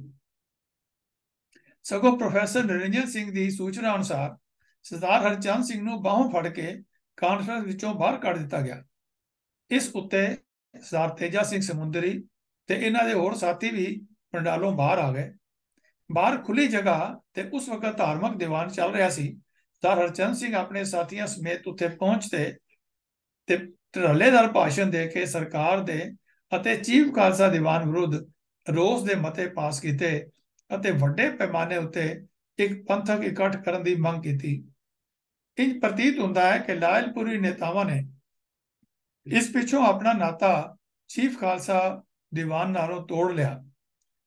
ਇਸੇ ਕਾਰਨ ਲਾਇਲਪੁਰ ਵਿੱਚ ਵਿਦਿਅਕ ਕਾਨਫਰੰਸ ਅਗਲੇ 22 ਸਾਲ ਅਰਥਾਤ 1936 ਈਸਵੀ ਤੱਕ ਨਾ ਹੋ ਸਕੀ, ਕਿਉਂਕਿ ਲਾਇਲਪੁਰੀ ਨੇਤਾਵਾਂ ਵਿੱਚੋਂ ਕਿਸੇ ਨੇ ਵੀ ਉਹਨਾਂ ਨੂੰ ਉੱਥੇ ਆਉਣ ਦਾ ਸੱਦਾ ਨਾ ਦਿੱਤਾ। ਐਜੀਟੇਸ਼ਨ ਦੇ ਵਧੇਰੇ ਜ਼ੋਰ ਪਕੜਨ ਨਾਲ ਸਰਕਾਰ ਲਈ ਜ਼ਰੂਰੀ ਹੋ ਗਿਆ ਕਿ ਉਹ ਕੰਧ ਢਾਹ ਕੇ ਨਕਸ਼ੇ ਅਨੁਸਾਰ ਸੜਕ ਬਣਾਉਣ ਲਈ ਸਿੱਖ ਪ੍ਰਤੀਨਿਧੀਆਂ ਦੀ ਪ੍ਰਵਾਨਗੀ ਲਏ। ਉਸਨੇ ਚੀਫ ਖਾਲਸਾ ਦੀਵਾਨ ਨੂੰ ਲਿਖਿਆ। ਜਲੰਧਰ ਦੀ ਵਿਦਿਅਕ ਕਾਨਫਰੰਸ ਵਿੱਚ ਰੌਲਾ ਪੈਣ ਕਾਰਨ ਚੀਫ ਖਾਲਸਾ ਦੀਵਾਨ ਲਈ ਵੀ ਆਪਣੇ ਬਲ ਤੇ ਫੈਸਲਾ ਲੈਣਾ ਮੁਸ਼ਕਲ ਹੋ ਗਿਆ। 3 ਮਈ 1914 ਨੂੰ ਟਾਊਨ ਹਾਲ ਅੰਮ੍ਰਿਤਸਰ ਵਿੱਚ ਇਸ ਸੰਬੰਧੀ ਫੈਸਲਾ ਲੈਣ ਲਈ ਇੱਕ ਪੰਥਕ ਇਕੱਠ ਕੀਤਾ। ਸਾਰੀਆਂ ਸਿੱਖ ਸੰਸਥਾਵਾਂ ਦੇ ਪ੍ਰਤੀਨਿਧ ਬੁਲਾਏ ਗਏ ਤੇ ਕਈ ਲੋਕ ਅਣਬੁਲਾਏ ਵੀ ਆਣ ਪਹੁੰਚੇ। ਹਾਲ ਵਿੱਚ ਬਹੁਤ ਭੀੜ ਹੋ ਗਈ। ਚੀਫ ਖਾਲਸਾ ਦੀਵਾਨ ਨੇ ਇੱਕ ਸਮਝੌਤੇ ਵਾਲਾ ਨਰਮ ਜਿਹਾ ਮਤਾ ਪੇਸ਼ ਕੀਤਾ ਤੇ ਉਸ ਵਿੱਚ ਨਕਸ਼ੇ ਮੁਤਾਬਕ ਕੁਝ ਵਾਧੇ ਘਾਟੇ ਕਰਕੇ ਕੰਧ ਬਣਾਉਣ ਦੀ ਵੀ ਆਗਿਆ ਦੇਣ ਦੀ ਤਜਵੀਜ਼ ਰੱਖੀ। ਇਸ ਮਤੇ ਦੇ ਹੱਕ ਵਿੱਚ ਤੇ ਵਿਰੋਧ ਵਿੱਚ ਬਹੁਤ ਕੁਝ ਕਿਹਾ ਗਿਆ, ਪਰ ਫੈਸਲਾ ਕੁਝ ਨਾ ਹੋ ਸਕਿਆ। ਸਾਰਾ ਸਮਾਗਮ ਰੌਲੇ ਰੱਪੇ ਵਿੱਚ ਹੀ ਮੁੱਕਿਆ। ਚੀਫ ਖਾਲਸਾ ਦੀਵਾਨ ਦੇ ਮੁਖੀ ਕਹਿੰਦੇ ਹਨ ਕਿ ਮਤਾ ਪਾਸ ਹੋ ਗਿਆ ਹੈ। ਸਰਦਾਰ ਹਰਚੰਦ ਸਿੰਘ ਤੇ ਸਰਦਾਰ ਤੇਜਾ ਸਿੰਘ ਸਮੁੰਦਰੀ ਦੇ ਧੜੇ ਵਾਲੇ ਕਹਿੰਦੇ ਸਨ ਕਿ ਮਤਾ ਪਾਸ ਨਹੀਂ ਹੋਇਆ। ਇਸ ਧੜੇ ਦੀ ਮੰਗ ਸੀ ਕਿ ਕੰਧ ਪਹਿਲੇ ਵਾਂਗ ਉਸਾਰ ਦਿੱਤੀ ਜਾਵੇ। ਇਸ ਸਮਾਗਮ ਤੋਂ ਪਿੱਛੋਂ ਵਿਰੋਧ ਖਤਮ ਹੋਣ ਦੀ ਥਾਂ ਵਿਰੋਧ ਹੋਰ ਤੇਜ਼ ਹੋ ਗਿਆ। 31 ਮਈ 1914 ਨੂੰ ਗੁਰਦੁਆਰਾ ਰਕਾਬਗੰਜ ਬਾਰੇ ਵਿਚਾਰ ਕਰਨ ਲਈ ਲੰਗੇ ਮੰਡੀ ਲਾਹੌਰ ਵਿੱਚ ਸਿੱਖ ਮੁਖੀਆਂ ਦੀ ਫਿਰ ਇਕੱਤਰਤਾ ਹੋਈ। ਇਸ ਵਿੱਚ ਭਾਈ ਰਣਧੀਰ ਸਿੰਘ ਜੀ ਵੀ ਅਖੰਡ ਕੀਰਤਨ ਵਾਲੇ ਜਥੇ ਵਾਲੇ ਆਪਣੇ ਜਥਿਆਂ ਸਮੇਤ ਪਹੁੰਚੇ। ਇਕੱਤਰਤਾ ਵੀ ਸਰਕਾਰ ਦੇ ਫੈਸਲੇ ਦੀ ਨਖੇਦੀ ਕੀਤੀ ਗਈ। ਐਜੀਟੇਸ਼ਨ ਦੇ ਚਲਾਉਣ ਲਈ ਪ੍ਰੈਸ ਦੀ ਲੋੜ ਮਹਿਸੂਸ ਕਰਦਿਆਂ ਸਰਦਾਰ ਹਰਚੰਦ ਸਿੰਘ ਨੇ ਸਾਥੀ ਲੀਡਰਾਂ ਦੀ ਸਹਾਇਤਾ ਨਾਲ ਉਰਦੂ ਵਿੱਚ ਇੱਕ ਹਫ਼ਤਾਵਾਰੀ ਅਖਬਾਰ ਖਾਲਸਾ ਵੀ ਜਾਰੀ ਕੀਤਾ। ਇਹ ਅਖਬਾਰ ਬਹੁਤ ਗਰਮ ਖਿਆਲਾਂ ਵਾਲਾ ਸਮਝਿਆ ਜਾਂਦਾ ਸੀ। ਇਸ ਅਖਬਾਰ ਨਾਲ ਚੀਫ ਖਾਲਸਾ ਦੀਵਾਨ ਦੀ ਅੰਨੀ ਸਰਕਾਰ ਭਗਤੀ ਦੇ ਖਿਲਾਫ ਆਵਾਜ਼ ਉਠਾਈ ਗਈ। ਇਸ ਪ੍ਰਚਾਰ ਨਾਲ ਆਮ ਸਿੱਖਾਂ ਦੇ ਵੀ ਸਰਕਾਰ ਤੇ ਚੀਫ ਖਾਲਸਾ ਦੀਵਾਨ ਵਿਰੁੱਧ ਬੜੀ ਨਾਰਾਜ਼ਗੀ ਫੈਲੀ। ਇਸ ਉੱਪਰ ਸਿਤਮ ਸ਼ਰੀਫੀ ਇਹ ਹੈ ਕਿ ਸਰਕਾਰ ਨੇ ਚੀਫ ਖਾਲਸਾ ਦੀਵਾਨ ਦਾ ਨਰਮ ਤੇ ਸਮਝੌਤੇ ਵਾਲਾ ਮਤਾ ਵੀ ਪ੍ਰਵਾਨ ਨਾ ਕੀਤਾ। ਸਿੱਖ ਜਨਤਾ ਵਿੱਚ ਜੋਸ਼ ਵੱਧ ਜਾਣ ਨਾਲ ਸਰਕਾਰ ਦੀ ਇਸ ਆਪੋ ਹੁਦਰੀ ਨੀਤੀ ਵਿਰੁੱਧ ਥਾਂ ਥਾਂ ਜਲਸੇ ਹੋਣ ਲੱਗੇ। ਲਾਹੌਰ ਵਿੱਚ ਪੱਟੀ, ਰੋਪੜ, ਗੋਜਰਾ, ਖੰਨਾ ਤੇ ਪਸੌੜ ਵਿੱਚ ਜਲਸੇ ਹੋਏ। ਸਰਦਾਰ ਤੇਜਾ ਸਿੰਘ ਚੂੜਕਾਣਾ ਇਹਨਾਂ ਜਲਸਿਆਂ ਲਈ ਲੋਕਾਂ ਨੂੰ ਤਿਆਰ ਕਰਨ ਹਿੱਤ ਪਹਿਲਾਂ ਪਹੁੰਚ ਕੇ ਇਸ਼ਤਿਹਾਰ ਆਦਿ ਵੰਡਦੇ ਤੇ ਲੋੜੀਂਦਾ ਪ੍ਰਚਾਰ ਕਰਦੇ। ਪੱਟੀ ਦੇ ਦੀਵਾਨ ਦਾ ਭਾਰ ਬਾਬਾ ਕੇਰ ਸਿੰਘ ਪੱਟੀ ਨੇ ਚੁੱਕਿਆ ਤੇ ਸਰਦਾਰ ਤੇਜਾ ਸਿੰਘ ਸਮੁੰਦਰੀ ਉਹਨਾਂ ਦੀ ਸਹਾਇਤਾ ਨੂੰ ਪਹੁੰਚੇ। ਗੋਜਰਾ ਆਦਿ ਹੋਰਨਾਂ ਥਾਵਾਂ ਤੇ ਵੀ ਆਪ ਨੇ ਜਲਸਿਆਂ ਨੂੰ ਸਫਲ ਬਣਾਉਣ ਲਈ ਚੋਖਾ ਕੰਮ ਕੀਤਾ। ਵਿਦੇਸ਼ਾਂ ਵਿੱਚ ਰਹਿੰਦੇ ਸਿੱਖਾਂ ਵੱਲੋਂ ਵੀ ਸਰਕਾਰ ਨੂੰ ਮਤੇ ਤੇ ਤਾਰਾਂ ਆਉਣੀਆਂ ਸ਼ੁਰੂ ਹੋ ਗਈਆਂ। ਅੰਗਰੇਜ਼ ਸਰਕਾਰ ਇਹ ਵੇਖ ਕੇ ਘਬਰਾ ਗਈ। ਉਦੋਂ ਹੀ 4 ਅਗਸਤ 1914 ਨੂੰ ਪਹਿਲਾ ਸੰਸਾਰ ਯੁੱਧ ਜਿਹੜਾ ਹੈ ਉਹ ਆਰੰਭ ਹੋ ਗਿਆ। ਇਸ ਤੇ ਲਾਇਲਪੁਰ ਦੇ ਡਿਪਟੀ ਕਮਿਸ਼ਨਰ ਨੇ ਸਰਦਾਰ ਹਰਚੰਦ ਸਿੰਘ ਨੂੰ ਆਖਿਆ ਕਿ ਹੁਣ ਜੰਗ ਸ਼ੁਰੂ ਹੋ ਗਿਆ ਹੈ ਤੇ ਹਕੂਮਤ ਨੂੰ ਤੁਹਾਡੀ ਸਹਾਇਤਾ ਦੀ ਲੋੜ ਹੈ। ਤੁਸੀਂ ਰਕਾਬਗੰਜ ਦਾ ਅੰਦੋਲਨ ਹੁਣ ਬੰਦ ਕਰ ਦਿਓ। ਸਰਕਾਰ ਨੇ ਕੰਧ ਢਾਉਣੀ ਬੰਦ ਕਰ ਦਿੱਤੀ ਹੈ। ਇਸ ਨੂੰ ਮੁੜ ਕੇ ਕਿਵੇਂ ਚੜਾਉਣਾ ਹੈ, ਇਸ ਦਾ ਫੈਸਲਾ ਜੰਗ ਦੇ ਖਾਤਮੇ ਮਗਰੋਂ ਸਿੱਖ ਪ੍ਰਤੀਨਿਧਾਂ ਦੀ ਸਲਾਹ ਨਾਲ ਕੀਤਾ ਜਾਏਗਾ। ਸਿੱਖਾਂ ਦੀ ਪ੍ਰਵਾਨਗੀ ਬਗੈਰ ਸਰਕਾਰ ਕੁਝ ਨਹੀਂ ਕਰੇਗੀ। ਸਰਦਾਰ ਹਰਚੰਦ ਸਿੰਘ ਜੀ ਮੰਨ ਗਏ ਤੇ ਉਹਨਾਂ ਆਪਣੇ ਸਾਥੀਆਂ ਨਾਲ ਸਲਾਹ ਮਸ਼ਵਰਾ ਕਰਕੇ ਅੰਦੋਲਨ ਜਿਹੜਾ ਹੈ ਉਹਨੂੰ ਬੰਦ ਕਰ ਦਿੱਤਾ। ਗੁਰਦੁਆਰਾ ਰਕਾਬਗੰਜ ਸਾਹਿਬ ਦੀ ਲਹਿਰ ਦੇ ਦੌਰਾਨ ਸਰਦਾਰ ਤੇਜਾ ਸਿੰਘ ਸਮੁੰਦਰੀ ਲਹਿਰ ਵਿੱਚ ਸ਼ੁਰੂ ਤੋਂ ਅਖੀਰ ਤੱਕ ਸਰਦਾਰ ਹਰਚੰਦ ਸਿੰਘ ਜੀ ਨਾਲ ਜੁੜੇ ਰਹੇ ਤੇ ਇਸ ਲਹਿਰ ਨੂੰ ਚਲਾਉਣ ਲਈ ਚੋਖਾ ਹਿੱਸਾ ਪਾਇਆ। ਇਸ ਗੱਲ ਦਾ ਪਤਾ ਇਸ ਗੱਲ ਤੋਂ ਲੱਗਦਾ ਹੈ ਕਿ ਗੁਰਦੁਆਰਾ ਰਕਾਬਗੰਜ ਸਾਹਿਬ ਦੀ ਲਹਿਰ ਦੇ ਪੱਖਣ ਉੱਤੇ ਕਿਤੇ ਸਰਦਾਰ ਹਰਚੰਦ ਸਿੰਘ ਦੀ ਨਿਗਰਾਨੀ ਉੱਪਰ ਸਿਕੰਦਰ ਲਾਲ ਨਾਂ ਦਾ ਇੱਕ ਸੂਹੀਆ ਜਨਵਰੀ 1914 ਤੋਂ ਲਾਇਆ ਗਿਆ ਸੀ। ਉੱਥੇ ਉਹਨਾਂ ਦਿਨਾਂ ਵਿੱਚ ਹੀ ਸਰਦਾਰ ਤੇਜਾ ਸਿੰਘ ਸਮੁੰਦਰੀ ਉੱਪਰ ਵੀ ਉਹਨਾਂ ਦੇ ਪਿੰਡ ਚੱਕ 140 ਵਿੱਚ ਉਹਨਾਂ ਦੀਆਂ ਸਰਗਰਮੀਆਂ ਤੇ ਅੱਖ ਰੱਖਣ ਲਈ ਇੱਕ ਪੁਲਸੀਆ ਵੀ ਨਿਯੁਕਤ ਕੀਤਾ ਗਿਆ ਸੀ। ਸਰਦਾਰ ਤੇਜਾ ਸਿੰਘ ਸਮੁੰਦਰੀ ਦੇ ਬੇਟੇ ਸਰਦਾਰ ਮਾਨ ਸਿੰਘ ਦੱਸਦੇ ਹਨ ਕਿ ਬਾਵਜੂਦ ਪੁਲਿਸ ਦੀ ਨਿਗਰਾਨੀ ਦੇ ਸਰਦਾਰ ਤੇਜਾ ਸਿੰਘ ਜੀ ਦੂਜੇ ਤੀਜੇ ਦਿਨ ਲਾਇਲਪੁਰ ਜਾ ਕੇ ਸਰਦਾਰ ਹਰਚੰਦ ਸਿੰਘ ਨੂੰ ਮਿਲਾਇਆ ਕਰਦੇ ਸਨ। ਉਹਨਾਂ ਇਸ ਕੰਮ ਲਈ ਇੱਕ ਬਹੁਤ ਤੇਜ਼ ਰਫ਼ਤਾਰ ਬੋਤਾ ਰੱਖਿਆ ਹੋਇਆ ਸੀਗਾ। ਬੋਤੇ ਦਾ ਭਾਵ ਹੈ ਊਠ, ਜੋ ਰਾਤ ਦੇ ਹਨੇਰੇ ਵਿੱਚ ਸਹਿਜੇ ਹੀ 20-25 ਕੋਹ ਕਰਕੇ ਸਰਦਾਰ ਹਰਚੰਦ ਸਿੰਘ ਦੀ ਕੋਠੀ ਉਜਦਾ ਸੀ। ਔਰ ਜਦੋਂ ਹਾਲੀ ਮੂੰਹ ਹਨੇਰਾ ਹੀ ਹੁੰਦਾ ਸੀ ਤੇ ਵਾਪਸ ਚੱਕ ਨੰਬਰ 140 ਵਿੱਚ ਪਹੁੰਚ ਜਾਂਦਾ ਸੀਗਾ। ਇੰਜ ਦੋਹਾਂ ਲੀਡਰਾਂ ਵਿੱਚ ਪੂਰਾ ਸੰਪਰਕ ਬਣਿਆ ਰਿਹਾ ਤੇ ਲਹਿਰ ਦੀ ਗਤੀ ਦਾ ਉਹ ਜਾਇਜ਼ਾ ਲੈਂਦੇ ਰਹੇ। ਪਹਿਲੀ ਵੱਡੀ ਜੰਗ ਦੇ ਖਾਤਮੇ ਪਿੱਛੋਂ ਮਈ 1920 ਵਿੱਚ ਜਦ ਅਕਾਲੀ ਅਖਬਾਰ ਕੱਢਿਆ ਗਿਆ ਤਾਂ ਉਸ ਦੇ ਪਹਿਲੇ ਪਰਚੇ ਵਿੱਚ ਹੀ ਸਿੱਖਾਂ ਦੀਆਂ 5 ਜ਼ਰੂਰੀ ਮੰਗਾਂ ਵਿੱਚ ਇੱਕ ਗੁਰਦੁਆਰਾ ਰਕਾਬਗੰਜ ਸਾਹਿਬ ਦੀ ਕੰਧ ਦੇ ਮੁੜ ਚੜਾਉਣ ਦੀ ਮੰਗ ਰੱਖੀ ਗਈ। ਇਸ ਨਾਲ ਸਿੱਖ ਜਨਤਾ ਦੇ ਦਿਲ ਵਿੱਚ ਕੰਧ ਸੰਬੰਧੀ ਦੱਬੀ ਹੋਈ ਨਾਰਾਜ਼ਗੀ ਮੁੜ ਜਾਗ ਪਈ। ਜੰਗ ਖਤਮ ਹੋਈ ਨੂੰ 2-2.5 ਸਾਲ ਗੁਜ਼ਰ ਚੁੱਕੇ ਸਨ, ਪਰ ਸਰਕਾਰ ਨੇ ਆਪਣੇ ਇਕਰਾਰ ਮੁਤਾਬਕ ਕੰਧ ਦੀ ਉਸਾਰੀ ਲਈ ਕੋਈ ਕਦਮ ਨਾ ਚੁੱਕਿਆ। ਮਾਸਟਰ ਮੋਤਾ ਸਿੰਘ, ਸਰਦਾਰ ਹਰਚੰਦ ਸਿੰਘ ਤੇ ਸਰਦਾਰ ਤੇਜਾ ਸਿੰਘ ਸਮੁੰਦਰੀ ਇੱਕ ਦਿਨ ਸਰਦਾਰ ਸਰਦੂਲ ਸਿੰਘ ਕਵੀਸ਼ਰ ਦੇ ਡੇਰੇ ਲਾਹੌਰ ਵਿੱਚ ਇਕੱਠੇ ਹੋਏ ਤੇ ਇਹ ਸੁਝਾਅ ਦਿੱਤਾ ਕਿ ਹੁਣ ਜਦੋਂ ਸਾਰੇ ਦੇਸ਼ ਵਿੱਚ ਆਜ਼ਾਦੀ ਦੀ ਨਵੀਂ ਲਹਿਰ ਚੱਲ ਰਹੀ ਹੈ, ਗੁਰਦੁਆਰਾ ਰਕਾਬਗੰਜ ਬਾਬਤ ਖਾਸ ਕਦਮ ਚੁੱਕਣਾ ਚਾਹੀਦਾ ਹੈ। ਇਸ ਫੈਸਲੇ ਦੀ ਪਾਲਣਾ ਵਿੱਚ ਸਰਦਾਰ ਸਰਦੂਲ ਸਿੰਘ ਕਵੀਸ਼ਰ ਨੇ ਇੱਕ ਸ਼ਹੀਦੀ ਜਥਾ ਤਿਆਰ ਕਰਨ ਲਈ ਅਕਾਲੀ ਅਖਬਾਰ ਦੇ ਜੂਨ ਜਾਂ ਜੁਲਾਈ 1920 ਦੇ ਪਰਚੇ ਵਿੱਚ ਇੱਕ ਲੰਮੀ ਚਿੱਠੀ ਛਪਾਈ ਤੇ ਲਿਖਿਆ ਕਿ ਜਥੇ ਵਿੱਚ ਉਹ ਸੱਜਣ ਨਾ ਆਪਣਾ ਦੇਣ ਜਿਹੜੇ ਸ਼ਾਂਤਮਈ ਰਹਿੰਦੇ ਹੋਏ ਆਪਣੀ ਜਾਨ ਤੱਕ ਕੁਰਬਾਨ ਕਰਨ ਲਈ ਤਿਆਰ ਹਨ। ਸਰ ਤੇਜਾ ਸਿੰਘ ਸਮੁੰਦਰੀ ਨੇ ਜਿਸ ਵੇਲੇ ਅਖਬਾਰ ਪੜ੍ਹੀ ਉਸੇ ਵੇਲੇ ਆਪਣਾ ਨਾਮ ਸ਼ਹੀਦੀ ਜਥੇ ਵਿੱਚ ਸ਼ਾਮਲ ਕਰਨ ਲਈ ਭੇਜ ਦਿੱਤਾ। ਉਸ ਸਮੇਂ ਸਿੱਖਾਂ ਵਿੱਚ ਜੋਸ਼ ਬਹੁਤ ਵਧਿਆ ਹੋਇਆ ਸੀ। 15 ਦਿਨਾਂ ਦੇ ਅੰਦਰ ਅੰਦਰ 700 ਤੋਂ ਉੱਪਰ ਸਿੰਘਾਂ ਨੇ ਇਸ ਸ਼ੁਭ ਕਾਰਜ ਲਈ ਆਪਣੀਆਂ ਸੇਵਾਵਾਂ ਭੇਟ ਕਰ ਦਿੱਤੀਆਂ। ਕੁਝ ਕੁ ਦਿਨਾਂ ਵਿੱਚ ਇਹ ਗਿਣਤੀ ਵੱਧ ਕੇ 1000 ਤੱਕ ਜਾ ਪਹੁੰਚੀ। ਨਾਮ ਦੇਣ ਵਾਲਿਆਂ ਵਿੱਚ ਕੁਝ ਹਿੰਦੂ ਤੇ ਮੁਸਲਮਾਨ ਵੀ ਸਨ। ਲਏ ਗਏ ਉਪਰੋਕਤ ਫੈਸਲੇ ਅਨੁਸਾਰ ਸ਼ਹੀਦੀ ਜਥੇ ਦੇ ਮੈਂਬਰਾਂ ਨੇ 1 ਦਸੰਬਰ 1920 ਨੂੰ ਕੰਧ ਨੂੰ ਦੁਬਾਰਾ ਬਣਾਉਣ ਲਈ ਦਿੱਲੀ ਜਾਣ ਦਾ ਫੈਸਲਾ ਕੀਤਾ। ਇਸ ਉੱਤੇ ਸਰਕਾਰ ਘਬਰਾ ਗਈ ਤੇ ਉਸਨੇ ਢਾਈ ਹੋਈ ਕੰਧ ਮੁੜ ਉਸੇ ਤਰ੍ਹਾਂ ਚੜਾਉਣ ਲਈ ਸਿੱਖਾਂ ਨੂੰ ਕਹਿ ਦਿੱਤਾ। ਪਰ ਸਿੱਖ ਕੌਮ ਦੀ ਤਾਂ ਇਹ ਮੰਗ ਸੀ ਕਿ ਜਿਸ ਸਰਕਾਰ ਨੇ ਕੰਧ ਢਾਈ ਹੈ ਉਹੀ ਇਸ ਨੂੰ ਦੁਬਾਰਾ ਉਸਾਰੇ। ਅੰਤ ਮਹਾਰਾਜਾ ਰਿਪੁਦਮਨ ਸਿੰਘ ਨਾਭਾ ਨੇ ਪੰਜਾਬ ਸਰਕਾਰ ਰਾਹੀਂ ਦਿੱਲੀ ਸਰਕਾਰ ਉੱਤੇ ਜ਼ੋਰ ਪਾਉਣ ਤੇ ਦਿੱਲੀ ਸਰਕਾਰ ਨੇ ਜਥੇ ਦੇ ਚਾਲੇ ਪਾਉਣ ਤੋਂ ਪਹਿਲਾਂ ਹੀ ਕੰਧ ਪਹਿਲੇ ਵਾਂਗ ਚੜਾ ਦਿੱਤੀ ਤੇ ਇੰਜ ਇਹ ਝਗੜਾ ਖਤਮ ਹੋਇਆ, ਜਿਹਦੇ ਵਿੱਚ ਸਰਦਾਰ ਤੇਜਾ ਸਿੰਘ ਸਮੁੰਦਰੀ ਜੀ ਨੇ ਔਰ ਹਰਚੰਦ ਸਿੰਘ ਜੀ ਨੇ ਔਰ ਬਾਕੀ ਜਿਹੜੇ ਪੰਥਕ ਲੀਡਰ ਸਨ ਉਹਨਾਂ ਨੇ ਆਪਣਾ ਹਿੱਸਾ ਪਾਇਆ। ਆ ਹੁਣ ਜਿਹੜੀ ਦੇਖੀਏ ਵੀ ਗੁਰਦੁਆਰੇ ਦੇ ਸੁਧਾਰ ਦੀ ਜਿਹੜੀ ਲਹਿਰ ਹੈ ਉਹਦੇ ਵਿੱਚ ਵੀ ਜਾਗਰਤੀ ਕਿਵੇਂ ਆਈ। ਜਦੋਂ ਵੀ ਕੋਈ ਨਵੀਂ ਲਹਿਰ ਉੱਠਦੀ ਹੈ ਤਾਂ ਉਸਦੀ ਤਹਿ ਵਿੱਚ ਕੋਈ ਨਾ ਕੋਈ ਪੁਰਾਣਾ ਕਾਰਨ ਹੋਇਆ ਕਰਦਾ ਹੈ। ਇਹੀ ਗੱਲ ਗੁਰਦੁਆਰਾ ਸੁਧਾਰ ਲਹਿਰ ਬਾਰੇ ਵੀ ਕਹੀ ਜਾ ਸਕਦੀ ਹੈ। ਗੁਰਦੁਆਰਾ ਸੁਧਾਰ ਲਹਿਰ ਕੋਈ ਅਚਨਚੇਤ ਚੱਲੀ ਲਹਿਰ ਨਹੀਂ ਸੀ, ਇਹ ਸਗੋਂ ਕਈ ਕਾਰਨਾਂ ਦਾ ਮਿਲਵਾਂ ਸਿੱਟਾ ਸੀ।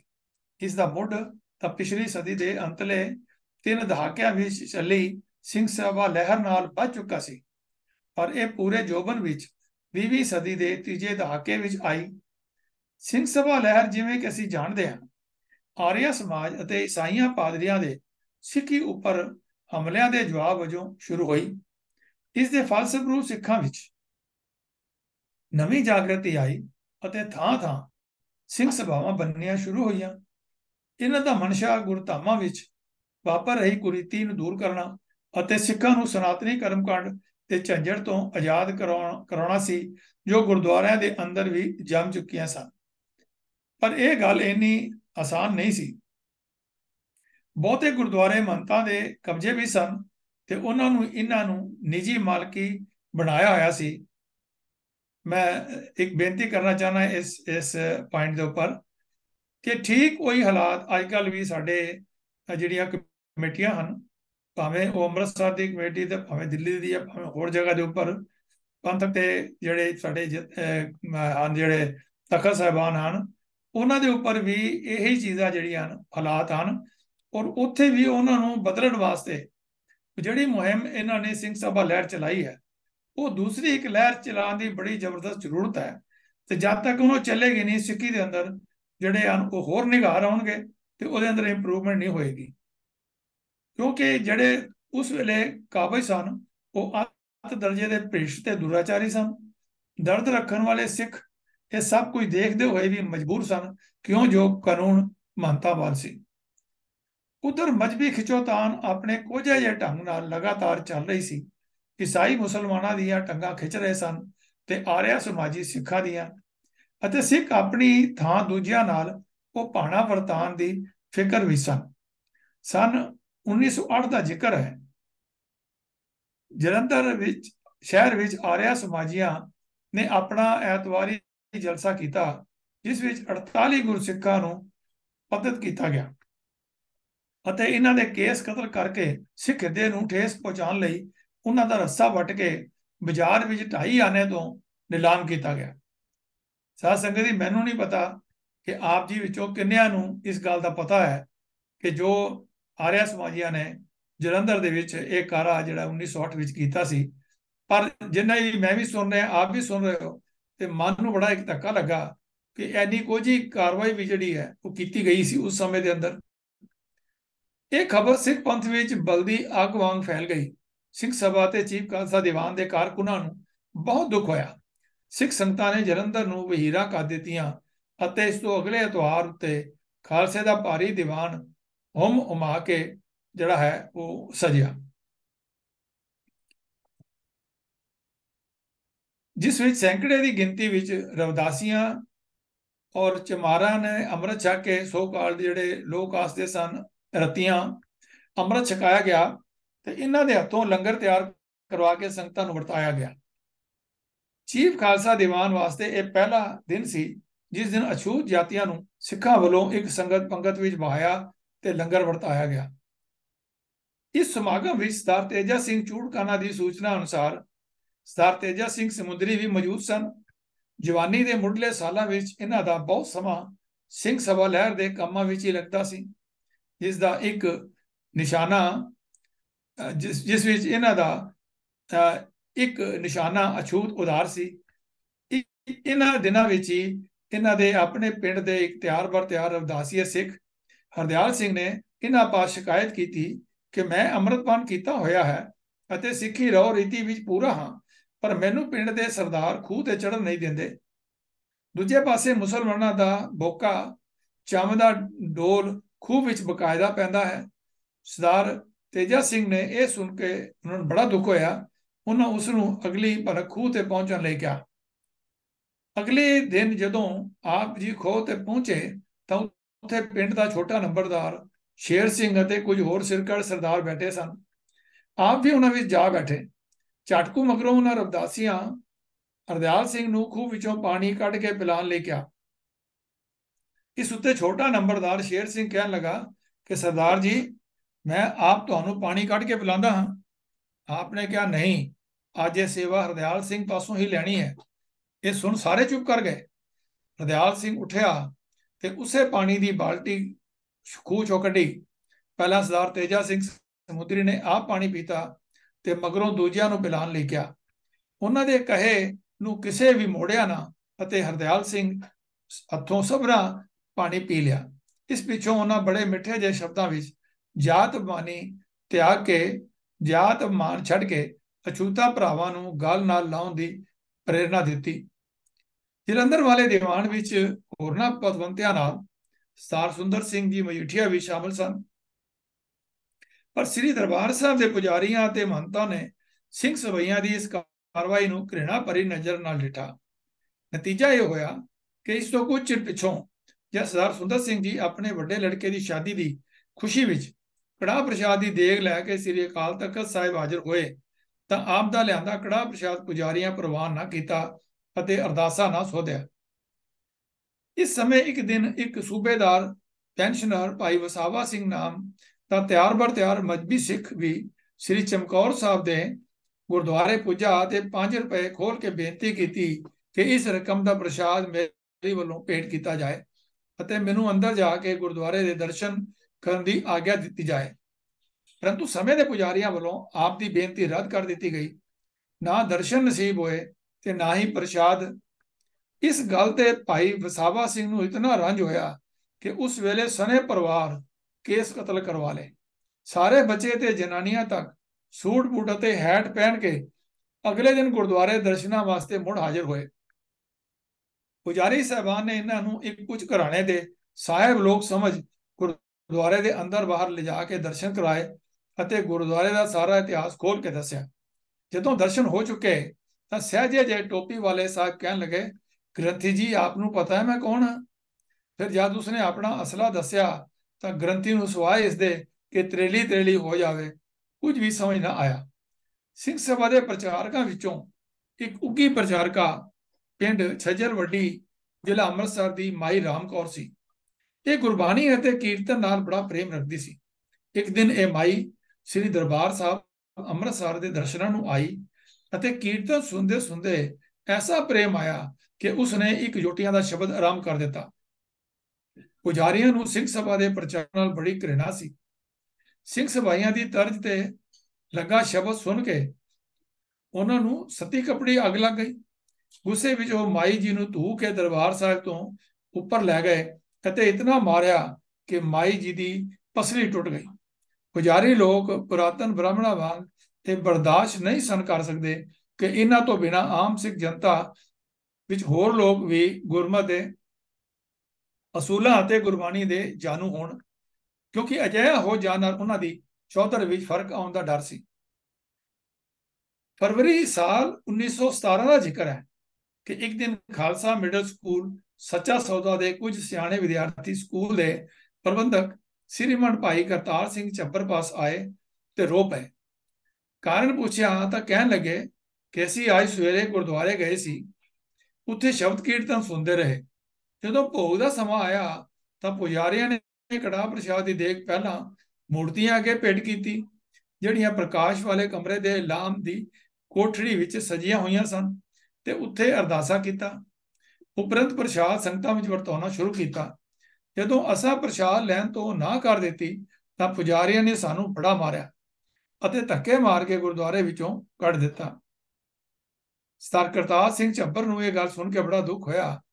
ਉਹ ਦਿਲ ਹੀ ਦਿਲ ਵਿੱਚ ਭੁੱਜ ਗਿਆ, ਪਰੰਤੂ ਵਿਦਿਆਰਥੀਆਂ ਨੂੰ ਦਿਲਾਸਾ ਦੇਣ ਲਈ ਇਤਨਾ ਕਿਹਾ ਕਿ ਤੁਸੀਂ ਅੱਗੋਂ ਨੂੰ ਉਸ ਗੁਰਦੁਆਰੇ ਨਾ ਜਾਇਆ ਕਰੋ। ਇਸ ਦੇ ਨਾਲ ਹੀ ਉਸ ਸ਼ੇਰ ਮਰਦ ਨੇ ਦਿਲ ਵਿੱਚ ਇਹ ਪ੍ਰਣ ਕਰ ਲਿਆ ਕਿ ਜਿਤਨਾ ਚਿਰ ਗੁਰਦੁਆਰੇ ਵਿੱਚੋਂ ਇਹ ਕੁਰੀਤੀ ਤੇ ਬੇਅਦਬੀ ਹਟਾਈ ਨਹੀਂ ਜਾਂਦੀ, ਸਾਹ ਨਹੀਂ ਲਵਾਂਗਾ ਤੇ ਨਾ ਹੀ ਗੁਰਦੁਆਰੇ ਦੇ ਅੰਦਰ ਜਾਵਾਂਗਾ। ਸ੍ਰੀ ਹਰਿਮੰਦਰ ਸਾਹਿਬ ਅੰਮ੍ਰਿਤਸਰ ਵਿੱਚ ਮੱਸੇ ਰੰਗੜ ਨੇ ਵੇਸ਼ਵਾ ਨਾਚ ਕਰਵਾ ਕੇ ਘੋਰ ਪਾਪ ਕੀਤਾ ਸੀ, ਜਿਸ ਦੀ ਸਜ਼ਾ ਦੇਣ ਨੂੰ ਬੀਕਾਨੇਰ ਦੇ ਥਲੀ ਬੈਠੇ ਭਾਈ ਮਹਤਾਬ ਸਿੰਘ ਜੀ ਮੀਰਾ ਕੋਟੀਏ ਨੇ ਖੁਨਸ ਖਾਧੀ ਤੇ ਉਸ ਵੇਲੇ ਸਾਹ ਲਿਆ ਜਦੋਂ ਮੱਸੇ ਦਾ ਸਿਰ ਵੱਢ ਕੇ ਉਸ ਨੂੰ ਉਸਦੇ ਗੁਨਾਹ ਦੀ ਪੂਰੀ ਸਜ਼ਾ ਦੇ ਦਿੱਤੀ। ਪਰੰਤੂ ਸੁਖ ਤੇ ਮਾਇਆ ਦੀ ਖੁਮਾਰੀ ਨੇ ਗੁਰਦੁਆਰਿਆਂ ਦੇ ਮਹੰਤਾਂ ਉੱਪਰ ਇਤਨਾ ਅਸਰ ਪਾਇਆ ਹੋਇਆ ਸੀ ਕਿ ਸੰਨ 1913 ਵਿੱਚ ਨਿਰੰਕਾਰੀ ਜੋਤ ਕਟਕਾ ਵਾਸੀ ਸਤਿਗੁਰੂ ਨਾਨਕ ਦੇਵ ਦੇ ਪਵਿੱਤਰ ਜਨਮ ਸਥਾਨ ਦੇ ਮਹੰਤ ਕਿਸ਼ਨ ਦਾਸ ਨੇ ਆਪਣੇ ਭਤੀਜੇ ਰਲਾ ਰਾਮ ਦੇ ਵਿਆਹ ਸਮੇਂ ਗੁਰਦੁਆਰੇ ਦੇ ਅੰਦਰ ਪ੍ਰਕਾਸ਼ ਸਥਾਨ ਤੇ ਐਨ ਸਾਹਮਣੇ ਵੇਸ਼ਵਾ ਨਾਚ ਕਰਵਾਇਆ। ਕਿਹਾ ਜਾਂਦਾ ਹੈ ਕਿ ਇਸ ਅਕੈ ਅਪਰਾਧ ਨੂੰ ਨਾ ਜਾਣ ਕੇ ਕਰਤਾਰ ਦੀ ਕੁਦਰਤ ਵਿੱਚ ਉਸ ਦਿਨ ਅਜਿਹਾ ਥਲਕਾ ਮਚਿਆ ਕਿ ਜਨਮ ਸਥਾਨ ਦੀ ਗੁੰਬਦ ਪਾਟ ਗਈ, ਜਿਸ ਦੀ ਮੁਰੰਮਤ ਪਿੱਛੋਂ ਚੂਨੇ ਨਾਲ ਕਰਾਈ ਗਈ। ਅਫਸੋਸ ਸਿੱਖ ਪੰਥ ਦੀਆਂ ਕਮਜ਼ੋਰੀਆਂ ਤੇ ਪੁਜਾਰੀਆਂ ਦੀਆਂ ਆਪ ਉਦਰੀਆਂ ਗੱਲਾਂ ਦਾ ਉਸ ਵਕਤ ਇਹ ਹਾਲ ਸੀ ਕਿ ਐਡਾ ਵੱਡਾ ਅਪਰਾਧ ਹੋ ਜਾਣ ਪਰ ਵੀ ਉਸ ਸਮੇਂ ਕਿਸੇ ਪਰਤ ਕੇ ਨਾ ਡਿੱਟਾ ਅਤੇ ਮਹੰਤ ਨੂੰ ਉਸਦੇ ਕੀਤੇ ਦੀ ਕੋਈ ਸਜ਼ਾ ਨਾ ਮਿਲੀ। ਪੁਜਾਰੀਆਂ ਦਾ ਜ਼ੋਰ ਇਤਨਾ ਵੱਧ ਚੁੱਕਾ ਸੀ ਕਿ ਇਸ ਸਾਲ ਕੱਤਕ ਪੂਰਨਮਾਸ਼ੀ ਦੇ ਮੇਲੇ ਸਮੇਂ ਚੀਫ ਖਾਲਸਾ ਦੀਵਾਨ ਵੱਲੋਂ ਧਾਰਮਿਕ ਦੀਵਾਨ ਲਈ ਲਗਾਏ ਗਏ ਸ਼ਾਮਿਆਨਿਆਂ ਦੀ ਵੀ ਪੁਜਾਰੀਆਂ ਨੇ ਪਟਵਾ ਦਿੱਤੇ। ਹੋਰ ਇਹ ਦੱਸਿਆ ਜਾਂਦਾ ਹੈ ਕਿ ਇਸ ਸਾਲ ਸ੍ਰੀ ਨਨਕਾਣਾ ਸਾਹਿਬ ਵਿੱਚ ਜ਼ਿਲ੍ਹਾ ਸ਼ੇਖੂਪੁਰ ਦੀ ਸੰਗਤ ਦਾ ਦੀਵਾਨ ਸਜ ਰਿਹਾ ਸੀ। ਦੀਵਾਨ ਵਿੱਚ ਹੇਠਾਂ ਵਿਛਾਉਣ ਵਾਸਤੇ ਕੱਖ ਕਾਨ ਦੀ ਲੋੜ ਸੀ। ਪਰਾਲੀ ਦੀਆਂ ਪੰਡਾਂ ਇਹਨਾਂ ਪੁਜਾਰੀਆਂ ਦੇ ਘਰੀ ਬੇਓੜਕੀਆਂ ਪਈਆਂ ਸਨ, ਪਰ ਚੂੰਕਿ ਇਹ ਦੀਵਾਨ ਸਿੰਘ ਸਭਾਈਆਂ ਦਾ ਸੀ, ਇਸ ਲਈ ਇਹਨਾਂ ਨੂੰ ਦੀਵਾਨ ਵਾਸਤੇ ਗੁਰਦੁਆਰੇ ਦੇ ਪੁਜਾਰੀਆਂ ਪਾਸੋਂ ਮੁੱਲ ਦੇ ਕੇ ਹੀ ਪਰਾਲੀ ਜਿਹੜੀ ਹੈ ਉਹ ਖਰੀਦਣੀ ਨਸੀਬ ਹੋਈ। ਸੰਗਤ ਨੂੰ ਇਹ ਸਭ ਕੁਝ ਸਬਰ ਦਾ ਘੁੱਟ ਪੀ ਕੇ ਜਰਨਾ ਪਿਆ। ਇੱਥੇ ਹੀ ਬਸ ਨਹੀਂ, ਸੰਨ 1919 ਤੇ 1920 ਵਿੱਚ ਸ੍ਰੀ ਜਨਮ ਸਥਾਨ ਅੰਦਰ ਉਹ ਘੋਰ ਉਪਦਰਵ ਹੋਏ, ਜਿਨ੍ਹਾਂ ਦਾ ਵਰਣਨ ਕਰਨਾ ਵੀ ਕਲਮ ਦੀ ਤਾਕਤ ਅਤੇ ਇਨਸਾਨੀਅਤ ਦੇ ਜ਼ਬਰ ਤੋਂ ਬਾਹਰ ਹੈ। ਉਦਾਹਰਣ ਵਜੋਂ 2-3 ਘਟਨਾਵਾਂ ਕਾਫੀ ਹੋਣਗੀਆਂ। ਲਾਲਪੁਰ ਦੇ ਦਰਸ਼ਨਾਂ ਵਾਸਤੇ ਆਈਆਂ 6 ਸਿੰਘਣੀਆਂ ਜਦ ਦਰਸ਼ਨ ਕਰਕੇ ਵਾਪਸ ਮੁੜੀਆਂ ਤਾਂ ਦੇਵਨੈਤ ਨਾਲ ਗੱਡੀ ਤੋਂ ਰਹਿ ਗਈਆਂ। ਦੂਜੀ ਗੱਡੀ ਅਗਲੇ ਸਵੇਰੇ ਜਾਣੀ ਸੀ। ਇਹ ਰਾਤ ਕੱਟਣ ਵਾਸਤੇ ਵਾਪਸ ਜਨਮ ਸਥਾਨ ਪੁੱਜੀਆਂ। ਇਹਨਾਂ ਨੂੰ ਉਹਨਾਂ ਕੋਠੀਆਂ ਵਿੱਚ ਜੋ ਗੁਰਦੁਆਰੇ ਦੀ ਦੱਖਣੀ ਬਾਹੀ ਨੂੰ ਸਨ, ਅੰਦਰ ਨੂੰ ਖੁੱਲ੍ਹੀਆਂ ਸਨ, ਉਤਾਰਾ ਦਿੱਤਾ ਗਿਆ ਅਤੇ ਰਾਤ ਨੂੰ 6 ਦਾ ਹੀ ਜਿਹੜਾ ਹੈ ਉਹ ਸਤਪੰਗ ਹੋਇਆ। ਇੱਕ ਸਿੰਧੀ ਗੁਰੂ ਘਰ ਦਾ ਸ਼ਰਧਾਲੂ, ਚੰਗਾ ਅਮੀਰ ਆਦਮੀ ਸਨੇ ਪਰਿਵਾਰ ਸ੍ਰੀ ਜਨਮ ਸਥਾਨ ਦੇ ਦਰਸ਼ਨ ਨੂੰ ਆਇਆ ਅਤੇ ਰਾਤ ਉੱਪਰ ਕਥਿਤ ਕਮਰਿਆਂ ਵਿੱਚ ਹੀ ਇਸ ਨੂੰ ਵਿਸਰਾਮ ਦਿੱਤਾ ਗਿਆ ਅਤੇ ਸੰਧਿਆ ਦਾ ਹੀ ਸਮਾਂ ਸੀ ਅਤੇ 12 ਅੰਦਰ ਰਹਿਰਾਸ ਦਾ ਪਾਠ ਹੋ ਰਿਹਾ ਸੀ ਤੇ ਇਸ ਸਿੰਧੀ ਪ੍ਰੇਮੀ ਦੀ ਯੁਵਾ ਅਵਸਥਾ ਕੁਆਰੀ ਕੰਨਿਆ ਦਾ ਲੈਂਪ ਲੈਣ ਗਿਆ, ਉਸ ਨਾਲ ਵੀ ਇਹੋ ਵਤੀਰਾ ਕੀਤਾ ਗਿਆ। ਉਪਰੰਤ 3 ਦਿਨਾਂ ਵਾਸਤੇ ਇਸ ਕੰਨਿਆ ਨੂੰ ਲੁਕਾਈ ਰੱਖਿਆ ਗਿਆ ਔਰ ਜਦ ਇਸ ਦੇ ਪਿਤਾ ਨੇ ਇਕਰਾਰ ਕੀਤਾ ਕਿ ਮੈਂ ਕਿਸੇ ਕਿਸਮ ਦਾ ਰੌਲਾ ਨਹੀਂ ਪਾਵਾਂਗਾ, ਤਾਂ ਇਸ ਲੜਕੀ ਨੂੰ ਸਟੇਸ਼ਨ ਉੱਤੇ ਐਨ ਗੱਡੀ ਚੱਲਣ ਦੇ ਸਮੇਂ ਹੀ ਪਹੁੰਚਾਇਆ ਗਿਆ। ਯਾਤਰਾ ਨੂੰ ਆਏ ਪੋਠੋਹਾਰੀ ਸਿੰਘ ਦੀਆਂ ਜੇਬਾਂ ਖਾਲੀ ਕਰ ਲਈਆਂ ਗਈਆਂ ਅਤੇ ਹੱਥ ਵਿੱਚ ਸੋਨੇ ਦੀ ਛਾਪ ਲਾ ਲਈ ਗਈ ਅਤੇ ਜਦ ਉਸ ਨੂੰ ਰੌਲਾ ਪਾਇਆ ਤਾਂ ਉਸ ਨੂੰ ਗਾਲਾਂ ਅਤੇ ਮਾਰ ਕੁਟਾਈ ਕਰਕੇ ਕੱਢ ਦਿੱਤਾ ਗਿਆ। ਇਹ ਵਿਚਾਰਾ ਸੱਚੇ ਸੌਦੇ ਪੈਦਲ ਤੁਰ ਕੇ ਪੁੱਜਾ ਅਤੇ ਆਪਣੀ ਹੱਡ ਬੀਤੀ ਦੱਸ ਕੇ ਸਿੰਘਾਂ ਦੇ ਨਨਕਾਣਾ ਸਾਹਿਬ ਵਾਲੇ ਵੱਲੋਂ ਅੱਗੇ ਹੀ ਜਲ ਰਹੇ ਹਿਰਦਿਆਂ ਤੇ ਲੂਣ ਛਿੜਕਿਆ। ਪਿੰਡ ਧਾਰੋਵਾਲ ਵੀ ਦੀਵਾਨ ਸਜਿਆ ਹੋਇਆ ਸੀ। ਭਾਈ ਕਰਤਾਰ ਸਿੰਘ ਚੱਬਰ ਸੰਗਤਾਂ ਨੂੰ ਸ੍ਰੀ ਨਨਕਾਣਾ ਸਾਹਿਬ ਦੇ ਪੁਜਾਰੀਆਂ ਤੇ ਅਤਿਆਚਾਰ ਸੁਣਾ ਰਹੇ ਸਨ ਕਿ ਭਾਈ ਟਹਿਲ ਸਿੰਘ ਜੀ, ਜੋ ਬਾਅਦ ਵਿੱਚ ਸ਼ਹੀਦ ਨਨਕਾਣਾ ਸਾਹਿਬ ਵਿਖੇ ਹੋਏ, ਤੋਂ ਰਿਹਾ ਨਾ ਗਿਆ ਅਤੇ ਹੱਥ ਜੋੜ ਕੇ ਖੜੇ ਹੋ ਕੇ ਬੇਨਤੀ ਕੀਤੀ, ਖਾਲਸਾ ਜੀ ਮੈਨੂੰ ਆਗਿਆ ਦਿਓ ਤਾਂ ਮੈਂ ਅਜੇ ਪਾਪੀ ਦਾ ਸਿਰ ਵੱਢ ਕੇ ਲੈ ਆਵਾਂ। ਪਰੰਤੂ ਖਾਲਸਾ ਅਜੇ ਵਿਚਾਰਾਂ ਵਿੱਚ ਸੀ, ਸੋ ਭਾਈ ਟਹਿਲ ਸਿੰਘ ਜੀ ਦੀ ਮਨ ਵਿੱਚ ਹੀ ਰਹੀ। ਗੁਰਦੁਆਰਾ ਬਾਬੇ ਦੀ ਬੇਰ ਸਿਆਲਕੋਟ ਦੇ ਮਹੰਤ ਨੇ ਦੇ ਮਰਨ ਉੱਤੇ ਉਸਦੇ ਨਾਬਾਲਗ ਪੁੱਤਰ ਨੂੰ ਮਹੰਤ ਥਾਪ ਦਿੱਤਾ ਗਿਆ ਤੇ ਗੰਡਾ ਸਿੰਘ ਨਾਂ ਦੇ ਇੱਕ ਪਤਤ ਸਿੱਖ ਨੂੰ, ਜੋ ਆਨਰੇਰੀ ਮੈਜਿਸਟ੍ਰੇਟ ਸੀ, ਗੁਰਦੁਆਰਾ ਸਾਹਿਬ ਦਾ ਸਰਬਰਾਹ ਬਣਾ ਦਿੱਤਾ ਗਿਆ। ਇਹ ਗੱਲ ਸਤੰਬਰ 1918 ਦੀ ਹੈ। ਇਸ ਨਾਲ ਸਿੱਖਾਂ ਅੰਦਰ ਬੜਾ ਰੋਸ ਜਾਗਿਆ। ਹੋਰ ਕਰੋਪੀ ਇਹ ਹੋਈ ਕਿ ਇਹਨਾਂ ਨੇ ਖਾਲਸਾ ਸੇਵਕ ਜਥੇ ਦੇ ਮੈਂਬਰਾਂ ਨੂੰ ਗੁਰਦੁਆਰੇ ਵਿੱਚ ਨਾ ਕੇਵਲ ਕੀਰਤਨ ਕਰਨ ਤੋਂ ਰੋਕਿਆ, ਸਗੋਂ ਉਹਨਾਂ ਉੱਪਰ ਮੁਕੱਦਮਾ ਵੀ ਬਣਾ ਦਿੱਤਾ। ਇਸ ਦੇ ਨਾਲ ਹੀ ਸੇਵਕ ਜਥੇ ਦੇ ਇੱਕ ਮੁਖੀ ਭਾਈ ਜਵਾਹਰ ਸਿੰਘ ਨੂੰ ਸਰਬਰਾਹ ਦੇ ਆਦਮੀਆਂ ਨੇ ਕੁੱਟਿਆ ਤੇ ਉਸ ਦੀ ਦਾੜੀ ਵੀ ਪੁੱਟੀ। ਗੰਡਾ ਸਿੰਘ ਦੇ ਪੁੱਤਰ ਜੌਨ ਹੈਡੋ ਨੇ ਗੁਰਦੁਆਰੇ ਵਿੱਚ ਪਿਸਤੌਲ ਵਿਖਾ ਕੇ ਕਈਆਂ ਨੂੰ ਡਰਾਇਆ ਵੀ। ਜਦੋਂ ਦਿਨੋਂ ਦਿਨ ਗੁੰਡਾਗਰਦੀ ਵੱਧਦੀ ਗਈ ਤਾਂ ਅੰਮ੍ਰਿਤਸਰ ਦੇ ਚਵਾਲੀਏ ਭਰਾ ਸਰਦਾਰ ਅਮਰ ਸਿੰਘ ਤੇ ਸਰਦਾਰ ਜਸਵੰਤ ਸਿੰਘ ਸਿਆਲਕੋਟ ਪਹੁੰਚੇ। ਉਹਨਾਂ ਨੇ ਸੱਦਾ ਭੇਜ ਕੇ ਸਰਦਾਰ ਕਰਤਾਰ ਸਿੰਘ ਚੱਬਰ ਨੂੰ ਵੀ ਸੱਚੇ ਸੌਦੇ ਤੋਂ ਮੰਗਵਾ ਲਿਆ। ਉਹ ਤਕੜਾ ਜਥਾ ਲੈ ਕੇ ਉੱਥੇ ਪਹੁੰਚਿਆ। ਜਥੇ ਵਿੱਚ ਉਪਰਕਤ ਭਾਈ ਟਹਿਲ ਸਿੰਘ, ਦਲੀਪ ਸਿੰਘ ਸ਼ਹੀਦ ਵੀ ਸਨ ਅਤੇ ਉਹਨਾਂ ਨਾਲ ਬਹੁਤ ਸਾਰੇ ਉੱਥੋਂ ਦੇ ਵਸਨੀਕ ਵੀ ਰਲ ਗਏ। ਇਸ ਨਾਲ ਗੰਡਾ ਸਿੰਘ ਤੇ ਉਸਦੇ ਸਾਥੀ ਦਿਲ ਛੱਡ ਗਏ ਤੇ ਗੁਰਦੁਆਰਾ ਬੇਰ ਸਾਹਿਬ ਉੱਤੇ ਪੰਥ ਦਾ ਕਬਜ਼ਾ ਹੋ ਗਿਆ। ਸਿੱਖ ਸਭਾ ਲਹਿਰ ਦੇ ਵਧਣ ਨਾਲ ਸ੍ਰੀ ਦਰਬਾਰ ਸਾਹਿਬ ਅੰਮ੍ਰਿਤਸਰ ਦੀ ਹਾਲਤ ਦੇ ਸੁਧਾਰਨ ਦਾ ਖਿਆਲ ਵੀ ਪੈਦਾ ਹੋਇਆ। ਦਰਬਾਰ ਸਾਹਿਬ ਦੀ ਪਰਿਕਰਮਾ ਵਿੱਚ ਪਈਆਂ ਮੂਰਤੀਆਂ 1905 ਵਿੱਚ ਉਠਾ ਦਿੱਤੀਆਂ ਗਈਆਂ ਸਨ, ਪਰ ਦਰਬਾਰ ਸਾਹਿਬ ਉੱਪਰ ਕਬਜ਼ਾ ਸਰਬਰਾਹ ਅਰੂੜ ਸਿੰਘ ਅਤੇ ਪੁਜਾਰੀਆਂ ਦਾ ਹੀ ਸੀ। ਇਹ ਸਰਬਰਾਹ ਅਤੇ ਪੁਜਾਰੀ ਅੰਗਰੇਜ਼ ਸਰਕਾਰ ਦੇ ਜੀ ਹਜ਼ੂਰੀਏ ਸਨ। ਗਦਰ ਪਾਰਟੀ ਦੇ ਸਿੰਘਾਂ ਬਾਰੇ ਇੰਨਾ ਹੀ ਕਿਹਾ ਸੀ ਕਿ ਉਹ ਸਿੱਖ ਨਹੀਂ ਹਨ। ਜਲਿਆਂਵਾਲੇ ਬਾਗ ਦੇ ਖੂਨੀ ਜਰਨੈਲ ਡਾਇਰ ਨੂੰ ਸਿਰੋਪਾਅ ਵੀ ਇਹਨਾਂ ਨਿਲੱਜਾ ਨਹੀਂ ਦਿੱਤਾ ਸੀ। ਇਸ ਕਾਰਨ ਸਿੱਖ ਸੰਗਤ ਇਹਨਾਂ ਨੂੰ ਘਿਰਣਾ ਕਰਦੀ ਸੀ, ਪਰ ਪੇਸ਼ ਨਹੀਂ ਸੀ ਜਾਂਦੀ। 10, 11, 12 ਅਕਤੂਬਰ 1920 ਨੂੰ ਖਾਲਸਾ ਬਰਾਦਰੀ ਵਾਲਿਆਂ ਇੱਕ ਦੀਵਾਨ ਜਲਿਆਂਵਾਲੇ ਬਾਗ ਵਿੱਚ ਰੱਖਿਆ। ਖਾਲਸਾ ਬਰਾਦਰੀ ਦੀ ਸਥਾਪਨਾ ਭਾਈ ਮਤਾਬ ਸਿੰਘ ਬੀਰ ਸਪੁੱਤਰ ਸੰਤ ਲਖਮੀਰ ਸਿੰਘ ਜੀ ਨੇ ਕੀਤੀ ਤੇ ਇਸ ਦਾ ਮਨੋਰਥ ਅਛੂਤ ਜਾਤੀਆਂ ਦੀ ਸ਼ੁੱਧੀ ਤੇ ਉਹਨਾਂ ਨੂੰ ਸਿੱਖ ਸਮਾਜ ਵਿੱਚ ਲਿਆਉਣਾ ਸੀ। ਦੀਵਾਨ ਵਿੱਚ ਸਿੰਘ ਸਭਾ ਦੇ ਕੁਝ ਮੁਖੀ ਅਤੇ ਖਾਲਸਾ ਕਾਲਜ ਦੇ 3 ਪ੍ਰੋਫੈਸਰ, ਬਾਬਾ ਹਰਕਿਸ਼ਨ ਸਿੰਘ ਜੀ, ਪ੍ਰੋਫੈਸਰ ਨਰਿੰਜਨ ਸਿੰਘ ਜੀ ਅਤੇ ਪ੍ਰੋਫੈਸਰ ਤੇਜਾ ਸਿੰਘ ਸਣੇ ਖਾਲਸਾ ਕਾਲਜ ਦੇ ਕੁਝ ਵਿਦਿਆਰਥੀ ਵੀ ਸ਼ਾਮਲ ਸਨ। 12 ਅਕਤੂਬਰ ਵਾਲੇ ਦਿਨ ਅੰਮ੍ਰਿਤ ਸੰਚਾਰ ਪਿੱਛੋਂ ਨਵੇਂ ਸੱਜੇ ਸਿੰਘਾਂ ਦਾ ਇੱਕ ਜਲੂਸ ਜਲਿਆਂਵਾਲੇ ਬਾਗ ਤੋਂ ਸ੍ਰੀ ਦਰਬਾਰ ਸਾਹਿਬ ਵੱਲ ਦਰਸ਼ਨ ਹਿਤ ਚੱਲ ਪਿਆ। ਸ਼ਹਿਰ ਵਿੱਚ ਬੜਾ ਰੌਲਾ ਸੀ ਕਿ ਮਜਬੀਆਂ ਦੇ ਰਵਦਾਸੀਏ ਦਰਬਾਰ ਸਾਹਿਬ ਜਾ ਰਹੇ ਹਨ। ਇਸ ਤੋਂ ਪਹਿਲਾਂ ਪੁਜਾਰੀ ਨਾ ਤਾਂ ਇਹਨਾਂ ਦੀ ਅਰਦਾਸ ਕਰਦੇ ਸਨ ਤੇ ਨਾ ਹੀ ਕੜਾ ਪ੍ਰਸ਼ਾਦ ਲੈਂਦੇ ਸਨ। ਜਦ ਖਾਲਸਾ ਬਰਾਦਰੀ ਦਾ ਜਥਾ ਸ੍ਰੀ ਦਰਬਾਰ ਸਾਹਿਬ ਪਹੁੰਚਿਆ ਤਾਂ ਲੋਕਾਂ ਦੀ ਭੀੜ ਬਹੁਤ ਹੋ ਗਈ। ਨਵੇਂ ਸੱਜੇ ਸਿੰਘਾਂ ਨੇ ਕੜਾਹ ਪ੍ਰਸ਼ਾਦ ਭੇਟ ਕੀਤਾ, ਪਰ ਪੁਜਾਰੀਆਂ ਨੇ ਲੈਣ ਤੋਂ ਨਾ ਕਰ ਦਿੱਤੀ। ਪੁਜਾਰੀਆਂ ਨਾਲ ਹਾਲੀ ਤਕਰਾਰ ਚੱਲ ਹੀ ਰਿਹਾ ਸੀ ਕਿ ਕਰਤਾਰ ਸਿੰਘ ਝੱਬਰ ਜੀ, ਭਾਈ ਤੇਜਾ ਸਿੰਘ ਪੁੱਚਰ, ਸਰ ਤੇਜਾ ਸਿੰਘ ਚੂੜਕਾਣਾ ਆਪਣੇ ਕੁਝ ਸਾਥੀਆਂ ਸਮੇਤ ਉੱਤੇ ਪੁੱਜ ਗਏ। ਇਹਨਾਂ ਨੂੰ ਸਾਰੇ ਝਗੜੇ ਦੀ ਟੋਕ ਕਿਸੇ ਪਾਸੋਂ ਮਿਲ ਚੁੱਕੀ ਸੀ। ਇਹਨਾਂ ਆਉਂਦਿਆਂ ਹੀ ਪੁਜਾਰੀਆਂ ਨੂੰ ਤਕੜੀ ਝਾੜ ਪਾਈ। ਫੈਸਲਾ ਹੋਇਆ ਕਿ ਸ੍ਰੀ ਗੁਰੂ ਗ੍ਰੰਥ ਸਾਹਿਬ ਦਾ ਵਾਕ ਲਿਆ ਜਾਵੇ, ਔਰ ਦੇਵਨੈਤ ਨਾਲ ਇਹ ਵਾਕ ਨਿਕਲਿਆ, ਨਿਗੁਣਿਆਂ ਨੂੰ ਆਪੇ ਬਖਸ਼ ਲੈ ਭਾਈ, सतगुर की सेवा लाए, सतगुर की सेवा उत्तम है भाई, राम नाम चित लाए, हर जियो आपे बख्श मिलाए, गुणहीन हम अपराधी भाई, पूरे सतगुर लय रिलाए।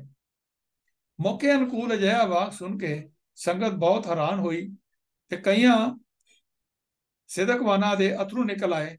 नवे सजे सिंह गदगद हो गए। पुजारियों ने कड़ाह प्रसाद की अरदास की ते प्रसाद वरताया गया। इस पिछों अपने कारज आप करने वाले वाहिगुरु जी ने एक अजब कौतुक दिखाया। सारी संगत श्री अकाल तख्त साहिब दर्शन हित पहुंची। जाति विमान विच मत्ते पुजारी अछूता नूं मत्थे ना लाउण दे ख्याल नाल अकाल साहब खाली छड़ के भज गए। उत्थे चंगा दीवान सजिया। सरदार करतार सिंह झब्बर, सरदार तेजा सिंह चूड़काना उत्थे बोले। सरदार तेजा सिंह चूड़काना ते सरदार तेजा सिंह पुच्चर दे कहण उत्ते श्री अकाल तख्त साहब उत्ते कब्जा कर लिया गया। श्री अकाल तख्त के प्रबंध लई सरदार तेजा सिंह पुच्चर ने 25 ਸਿੰਘਾਂ ਦਾ एक जथा तरनतारण तो मंगवा लिया। उन्ना चीर संगत अकाल तख्त उपर ही डटी रही। जथा आया तो अकाल तख्त उन्हां दे हवाले कर दिता गया। मनता पासों गुरधाम छडाउण लई गुरुद्वारा बाबे दी बेर सियालकोट पिछों ਸਿੰਘਾਂ ਦੀ ਇਹ दूजी वड्डी जित सी। गुरुद्वारा सुधार लहर की लपेट में तीजा गुरुद्वारा पंजा साहब आया। यह गल 1920 के अंतले महीनों की है। गुरुद्वारा पंजा साहिब का मंत मिठा सी, बड़ा अयाश सी ते चरणहीन सी। नारा जिले रावलपिंडी का एक गुरसिख भाई अमीर सिंह पंजे साहब के दर्शन करन गया। उस वेख्या कि एक तंबाकू फरोश गुरुद्वारे लई कड़ाह प्रसाद तैयार कर रहा। उसने इतराज किया। मंत मिठा सिंह दे भरा संत सिंह ने पिस्तौल चला के उसनूं गोली नाल जख्मी कर दिता। इस नाल सारे सिखां विच बहुत विरुद्ध महंत विरुद्ध बड़ा गुस्सा फैल गया। नवंबर 1920 विच महंत मिठा सिंह मर गया। अमृतसर विच सिख लीडरां ने सलाह मशवरा करके भाई करतार सिंह झब्बर की अगवाई हेठ 25 ਸਿੰਘਾਂ ਦਾ एक जथा अमृतसरों पंजा साहब नूं घल्लिया। कोई चारा ना चलदा वेख के महंत दी विधवा ते उसदे भरा संत सिंह ने समझौता कर लिया। यह समझौता कराउण विच उत्थों दे डिप्टी कमिश्नर ने भी चोखा हिस्सा पाया। तरनताਰਨ ਦਾ ਪ੍ਰਬੰਧ ਸ੍ਰੀ ਦਰਬਾਰ ਸਾਹਿਬ ਅੰਮ੍ਰਿਤਸਰ ਦੇ ਸਰਬਰਾਹ ਦੇ ਅਧੀਨ ਹੀ ਸੀ, ਪਰ ਸ਼ਹਿਰੋਂ ਦੂਰ ਹੋਣ ਕਰਕੇ ਇੱਥੋਂ ਦੇ ਪੁਜਾਰੀ ਮਨ ਆਈਆਂ ਕਰਦੇ ਸਨ। 1920 ਦੇ ਅਖੀਰ ਵਿੱਚ ਭਾਈ ਲక్ష్మణ ਸਿੰਘ ਧਾਰੋਵਾਲ ਲੜਕੀਆਂ ਦਾ ਇੱਕ ਜਥਾ ਲੈ ਕੇ ਤਰਨਤਾਰਨ ਆਇਆ। ਉਸਨੇ ਦਰਬਾਰ ਸਾਹਿਬ ਦੇ ਅੰਦਰ ਕੀਰਤਨ ਕਰਨਾ ਚਾਹਿਆ, ਪਰ ਪੁਜਾਰੀਆਂ ਨੇ ਆਗਿਆ ਨਾ ਦਿੱਤੀ, ਸਗੋਂ ਬੀਬੀਆਂ ਨੂੰ ਹੱਤਕ ਕਰਕੇ ਇਨਸਲਟ ਕਰਕੇ ਬਾਹਰ ਕੱਢ ਦਿੱਤਾ। ਉੱਤੇ ਹੋਰ ਵੀ ਕਈ ਤਰ੍ਹਾਂ ਦੇ ਉਪਦਰਵ ਹੋਏ, जिन्हां दी रिपोर्ट एक इस्त्री ने आके अमृतसर दी। उस दसिया कि मेरे लड़के नूं सरोवर भी सुट्टिया गया ते लड़की नूं मंदिर दे अंदर धमकाया डराया गया। इस तरह एक हिंदू लड़की की बेपत्ती भी की गई।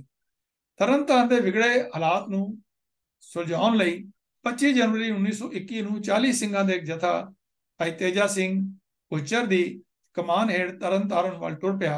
उत्थे उस दरबार साहब विच बैठ के कीर्तन करना आरंभिया। पुजारी उपरों ਤਾਂ ਸਲਾਹ ਦੀ ਗੱਲ ਕਰਦੇ ਸਨ, ਪਰ ਅੰਦਰੋਂ ਅੰਦਰੀ ਸਿੱਖਾਂ ਨੂੰ ਸਬਕ ਸਿਖਾਉਂਦੀਆਂ ਗੋਂਦਾ ਗੁੰਦੇ ਰਹੇ। ਹਕੀਮ ਬਹਾਦਰ ਸਿੰਘ ਲੈਕਚਰ ਕਰ ਰਿਹਾ ਸੀ, ਜੋ ਉਤੋਂ ਕੁੜਤੀ 5-6 ਗੋਲੇ ਦੀਵਾਨ ਵੀ ਆ ਪਏ। ਇਹ ਪੁਜਾਰੀਆਂ ਨੇ ਸੁੱਟੇ ਸਨ। ਪੁਜਾਰੀ ਦੇ ਕੁਝ ਸਿੰਘਾਂ ਉੱਤੇ ਛਵੀਆਂ ਨਾਲ ਵੀ ਹਮਲਾ ਕਰ ਦਿੱਤਾ। ਜਥੇ ਦੇ 17 ਆਦਮੀ ਸਖਤ ਜ਼ਖਮੀ ਹੋਏ। ਇਹਨਾਂ ਵਿੱਚੋਂ ਭਾਈ ਹਜ਼ਾਰਾ ਸਿੰਘ ਆਲਦੀਨਪੁਰ ਵਾਲੇ ਸ਼ਹੀਦ ਹੋ ਗਏ। एक और सिंह भाई हुकम सिंह वसाऊ कोट वाले भी चलाना कर गए। इस साके नूं भाई मोहन सिंह वैद ने रोकण का बड़ा यतन किया, पर कुछ केश ना गई। अंत 26 जनवरी 1920 नूं ਸਿੰਘਾਂ ਦਾ गुरुद्वारे उपर कब्जा हो गया ते पुजारियां ने माफ़ी जिहड़ी है वो मंग लई। तो मैं गुरुद्वारा सुधार लहर का शांतमई युद्ध शुरू हो चुका सी ते 3-4 ਵੱਡੇ गुरुद्वारे पंथ के कब्जे विच आ चुके सन। इस नाल भाई करतार सिंह झब्बर ਸਰ ਤੇਜਾ ਸਿੰਘ ਭੁੱਚਰ ਸੁਧਾਰਵਾਦੀਆਂ ਦੇ ਹੌਸਲੇ ਬਹੁਤ ਵੱਧ ਗਏ ਸਨ। ਹੁਣ ਉਹ ਹੋਰ ਵਧੇਰੇ ਗੁਰਧਾਮ ਪੰਥ ਦੇ ਕਬਜ਼ੇ ਵਿੱਚ ਲਿਆਉਣ ਦੇ ਸੁਪਨੇ ਲੈ ਰਹੇ ਸਨ, ਪਰ ਉਹ ਆਪਣੇ ਸੁਭਾਅ ਅਨੁਸਾਰ ਸਾਵਧਾਨੀ ਤੋਂ ਕੰਮ ਲੈ ਕੇ ਚੱਲਣਾ ਚਾਹੁੰਦੇ ਸਨ। ਉੱਪਰ ਵਰਣਿਤ ਸਮੱਸਿਆ ਦੇ ਹੱਲ ਕਰਨ ਵਿੱਚ ਸਰਦਾਰ ਤੇਜਾ ਸਿੰਘ ਸਮੁੰਦਰੀ ਨੇ ਪਿੱਛੇ ਰਹਿ ਕੇ ਕਾਫੀ ਹਿੱਸਾ ਪਾਇਆ। ਇਸ ਵਕਤ ਆਪ ਪੰਥਕ ਮਾਮਲਿਆਂ ਵਿੱਚ ਪੂਰੀ ਦਿਲਚਸਪੀ ਲੈ ਰਹੇ ਸਨ, ਪਰ ਸੁਭਾਅ ਕਰਕੇ ਆਪ ਚੁੱਪਚਾਪ ਵਰਕਰ ਸਨ। ਆਪਾਂ ਨਹੀਂ ਸਨ ਜਿਤਾਉਂਦੇ। ਆਪ ਹੀ ਨਿਸ਼ਕਾਮ ਸੇਵਾ ਨੇ ਆਪ ਜੀ ਦੀ ਨਿਸ਼ਕਾਮ ਸੇਵਾ ਨੇ ਆਪ ਦੀ ਮਾਨਤਾ ਪੰਥਕ ਹਲਕਿਆਂ ਵਿੱਚ ਚੋਖੀ ਬਣਾ ਦਿੱਤੀ। ਬਾਹਰ ਖਾਲਸਾ ਦੀਵਾਨ ਦੇ ਤਾਂ ਆਪ ਉੱਘੇ ਨੇਤਾ ਸਨ, ਬਾਹਰ ਵੀ ਆਪ ਚੰਗੇ ਜਾਣੇ ਜਾਂਦੇ ਸਨ। ਤੋ ਅੱਜ ਦੀ ਵਿਚਾਰ ਮੈਂ ਇੱਥੇ ਹੀ ਸਮਾਪਤ ਕਰਦਾ ਹਾਂ। ਔਰ ਅੱਗੋਂ ਜੋ ਭਾਈ ਤੇਜਾ ਸਿੰਘ ਸਮੁੰਦਰੀ ਜੀ ਨੇ ਹੋਰ ਜਿਹੜੇ ਹਨ ਉਹਨਾਂ ਵਿੱਚ ਮੋਰਚਿਆਂ ਦੇ ਵਿੱਚ ਹਿੱਸਾ ਪਾਇਆ ਹੈ, ਉਹ ਵੀ ਬਹੁਤ ਸ਼ਲਾਘਾਯੋਗ ਹੈ। ਤੋ ਅੱਜ ਅਸੀਂ ਦੇਖਿਆ ਵੀ ਕਿਵੇਂ ਸਾਡੇ ਗੁਰਧਾਮਾਂ ਦੇ ਵਿੱਚ ਕਿੰਨੀ ਬੇਹੁਰਮਤੀ ਹੁੰਦੀ ਸੀ, ਤੇ ਉਸ ਵੇਲੇ ਦੇ ਸਿੰਘਾਂ ਨੇ ਕਿਵੇਂ ਦਲੇਰੀ ਨਾਲ ਉਸ ਜਿਹੜੀ ਸਿਚੁਏਸ਼ਨ ਨੂੰ ਸੰਭਾਲਿਆ, ਉਹਦਾ ਮੁਕਾਬਲਾ ਕੀਤਾ ਤੇ ਸਫਲਤਾ ਹਾਸਲ ਕੀਤੀ। ਮੰਨਤਾਂ ਨੂੰ ਉਹਨਾਂ ਗੁਰਦੁਆਰਿਆਂ ਗੁਰਧਾਮਾਂ ਤੋਂ ਹਟਾ ਕੇ। ਤੋ ਅੱਜ ਵੀ ਲੋੜ ਹੈ ਕਿ ਅਸੀਂ ਇਹਨਾਂ ਆਪਣੇ ਬਜ਼ੁਰਗ ਜਿਹੜੇ ਨੇਤਾ ਸਨ, ਲੀਡਰ ਸਨ ਸਾਡੇ ਕੌਮ ਦੇ, ਜਿਨ੍ਹਾਂ ਨੇ ਆਪਣੇ ਜੀਵਨ ਦੀ ਪਰਵਾਹ ਨਾ ਕਰਦੇ ਹੋਇਆਂ ਸ਼ਹੀਦੀਆਂ ਦਿੱਤੀਆਂ, ਆਪਣੀਆਂ ਕੁਰਬਾਨੀਆਂ ਕੀਤੀਆਂ, ਆਪਣਾ ਸੰਘਰਸ਼ ਤੇ ਸਾਡੇ ਲਈ ਚੰਗਾ ਜਿਹੜਾ ਹੈ ਉਹ ਇੱਕ ਲੈਸਨ ਛੱਡ ਕੇ ਗਏ। ਤੋ ਹੋਈਆਂ ਗਲਤੀਆਂ ਦੀ ਵਿਚਾਰ ਕਰਦੇ ਹਾਂ, ਆਪ ਪਾਸੋਂ ਹੱਥ ਜੋੜ ਕੇ ਖਿਮਾ ਮੰਗਦਾ ਹਾਂ। ਗੱਜ ਕੇ ਫਤਿਹ ਬੁਲਾਓ ਜੀ। ਵਾਹਿਗੁਰੂ ਜੀ ਕਾ ਖਾਲਸਾ, ਵਾਹਿਗੁਰੂ ਜੀ ਕੀ ਫਤਿਹ।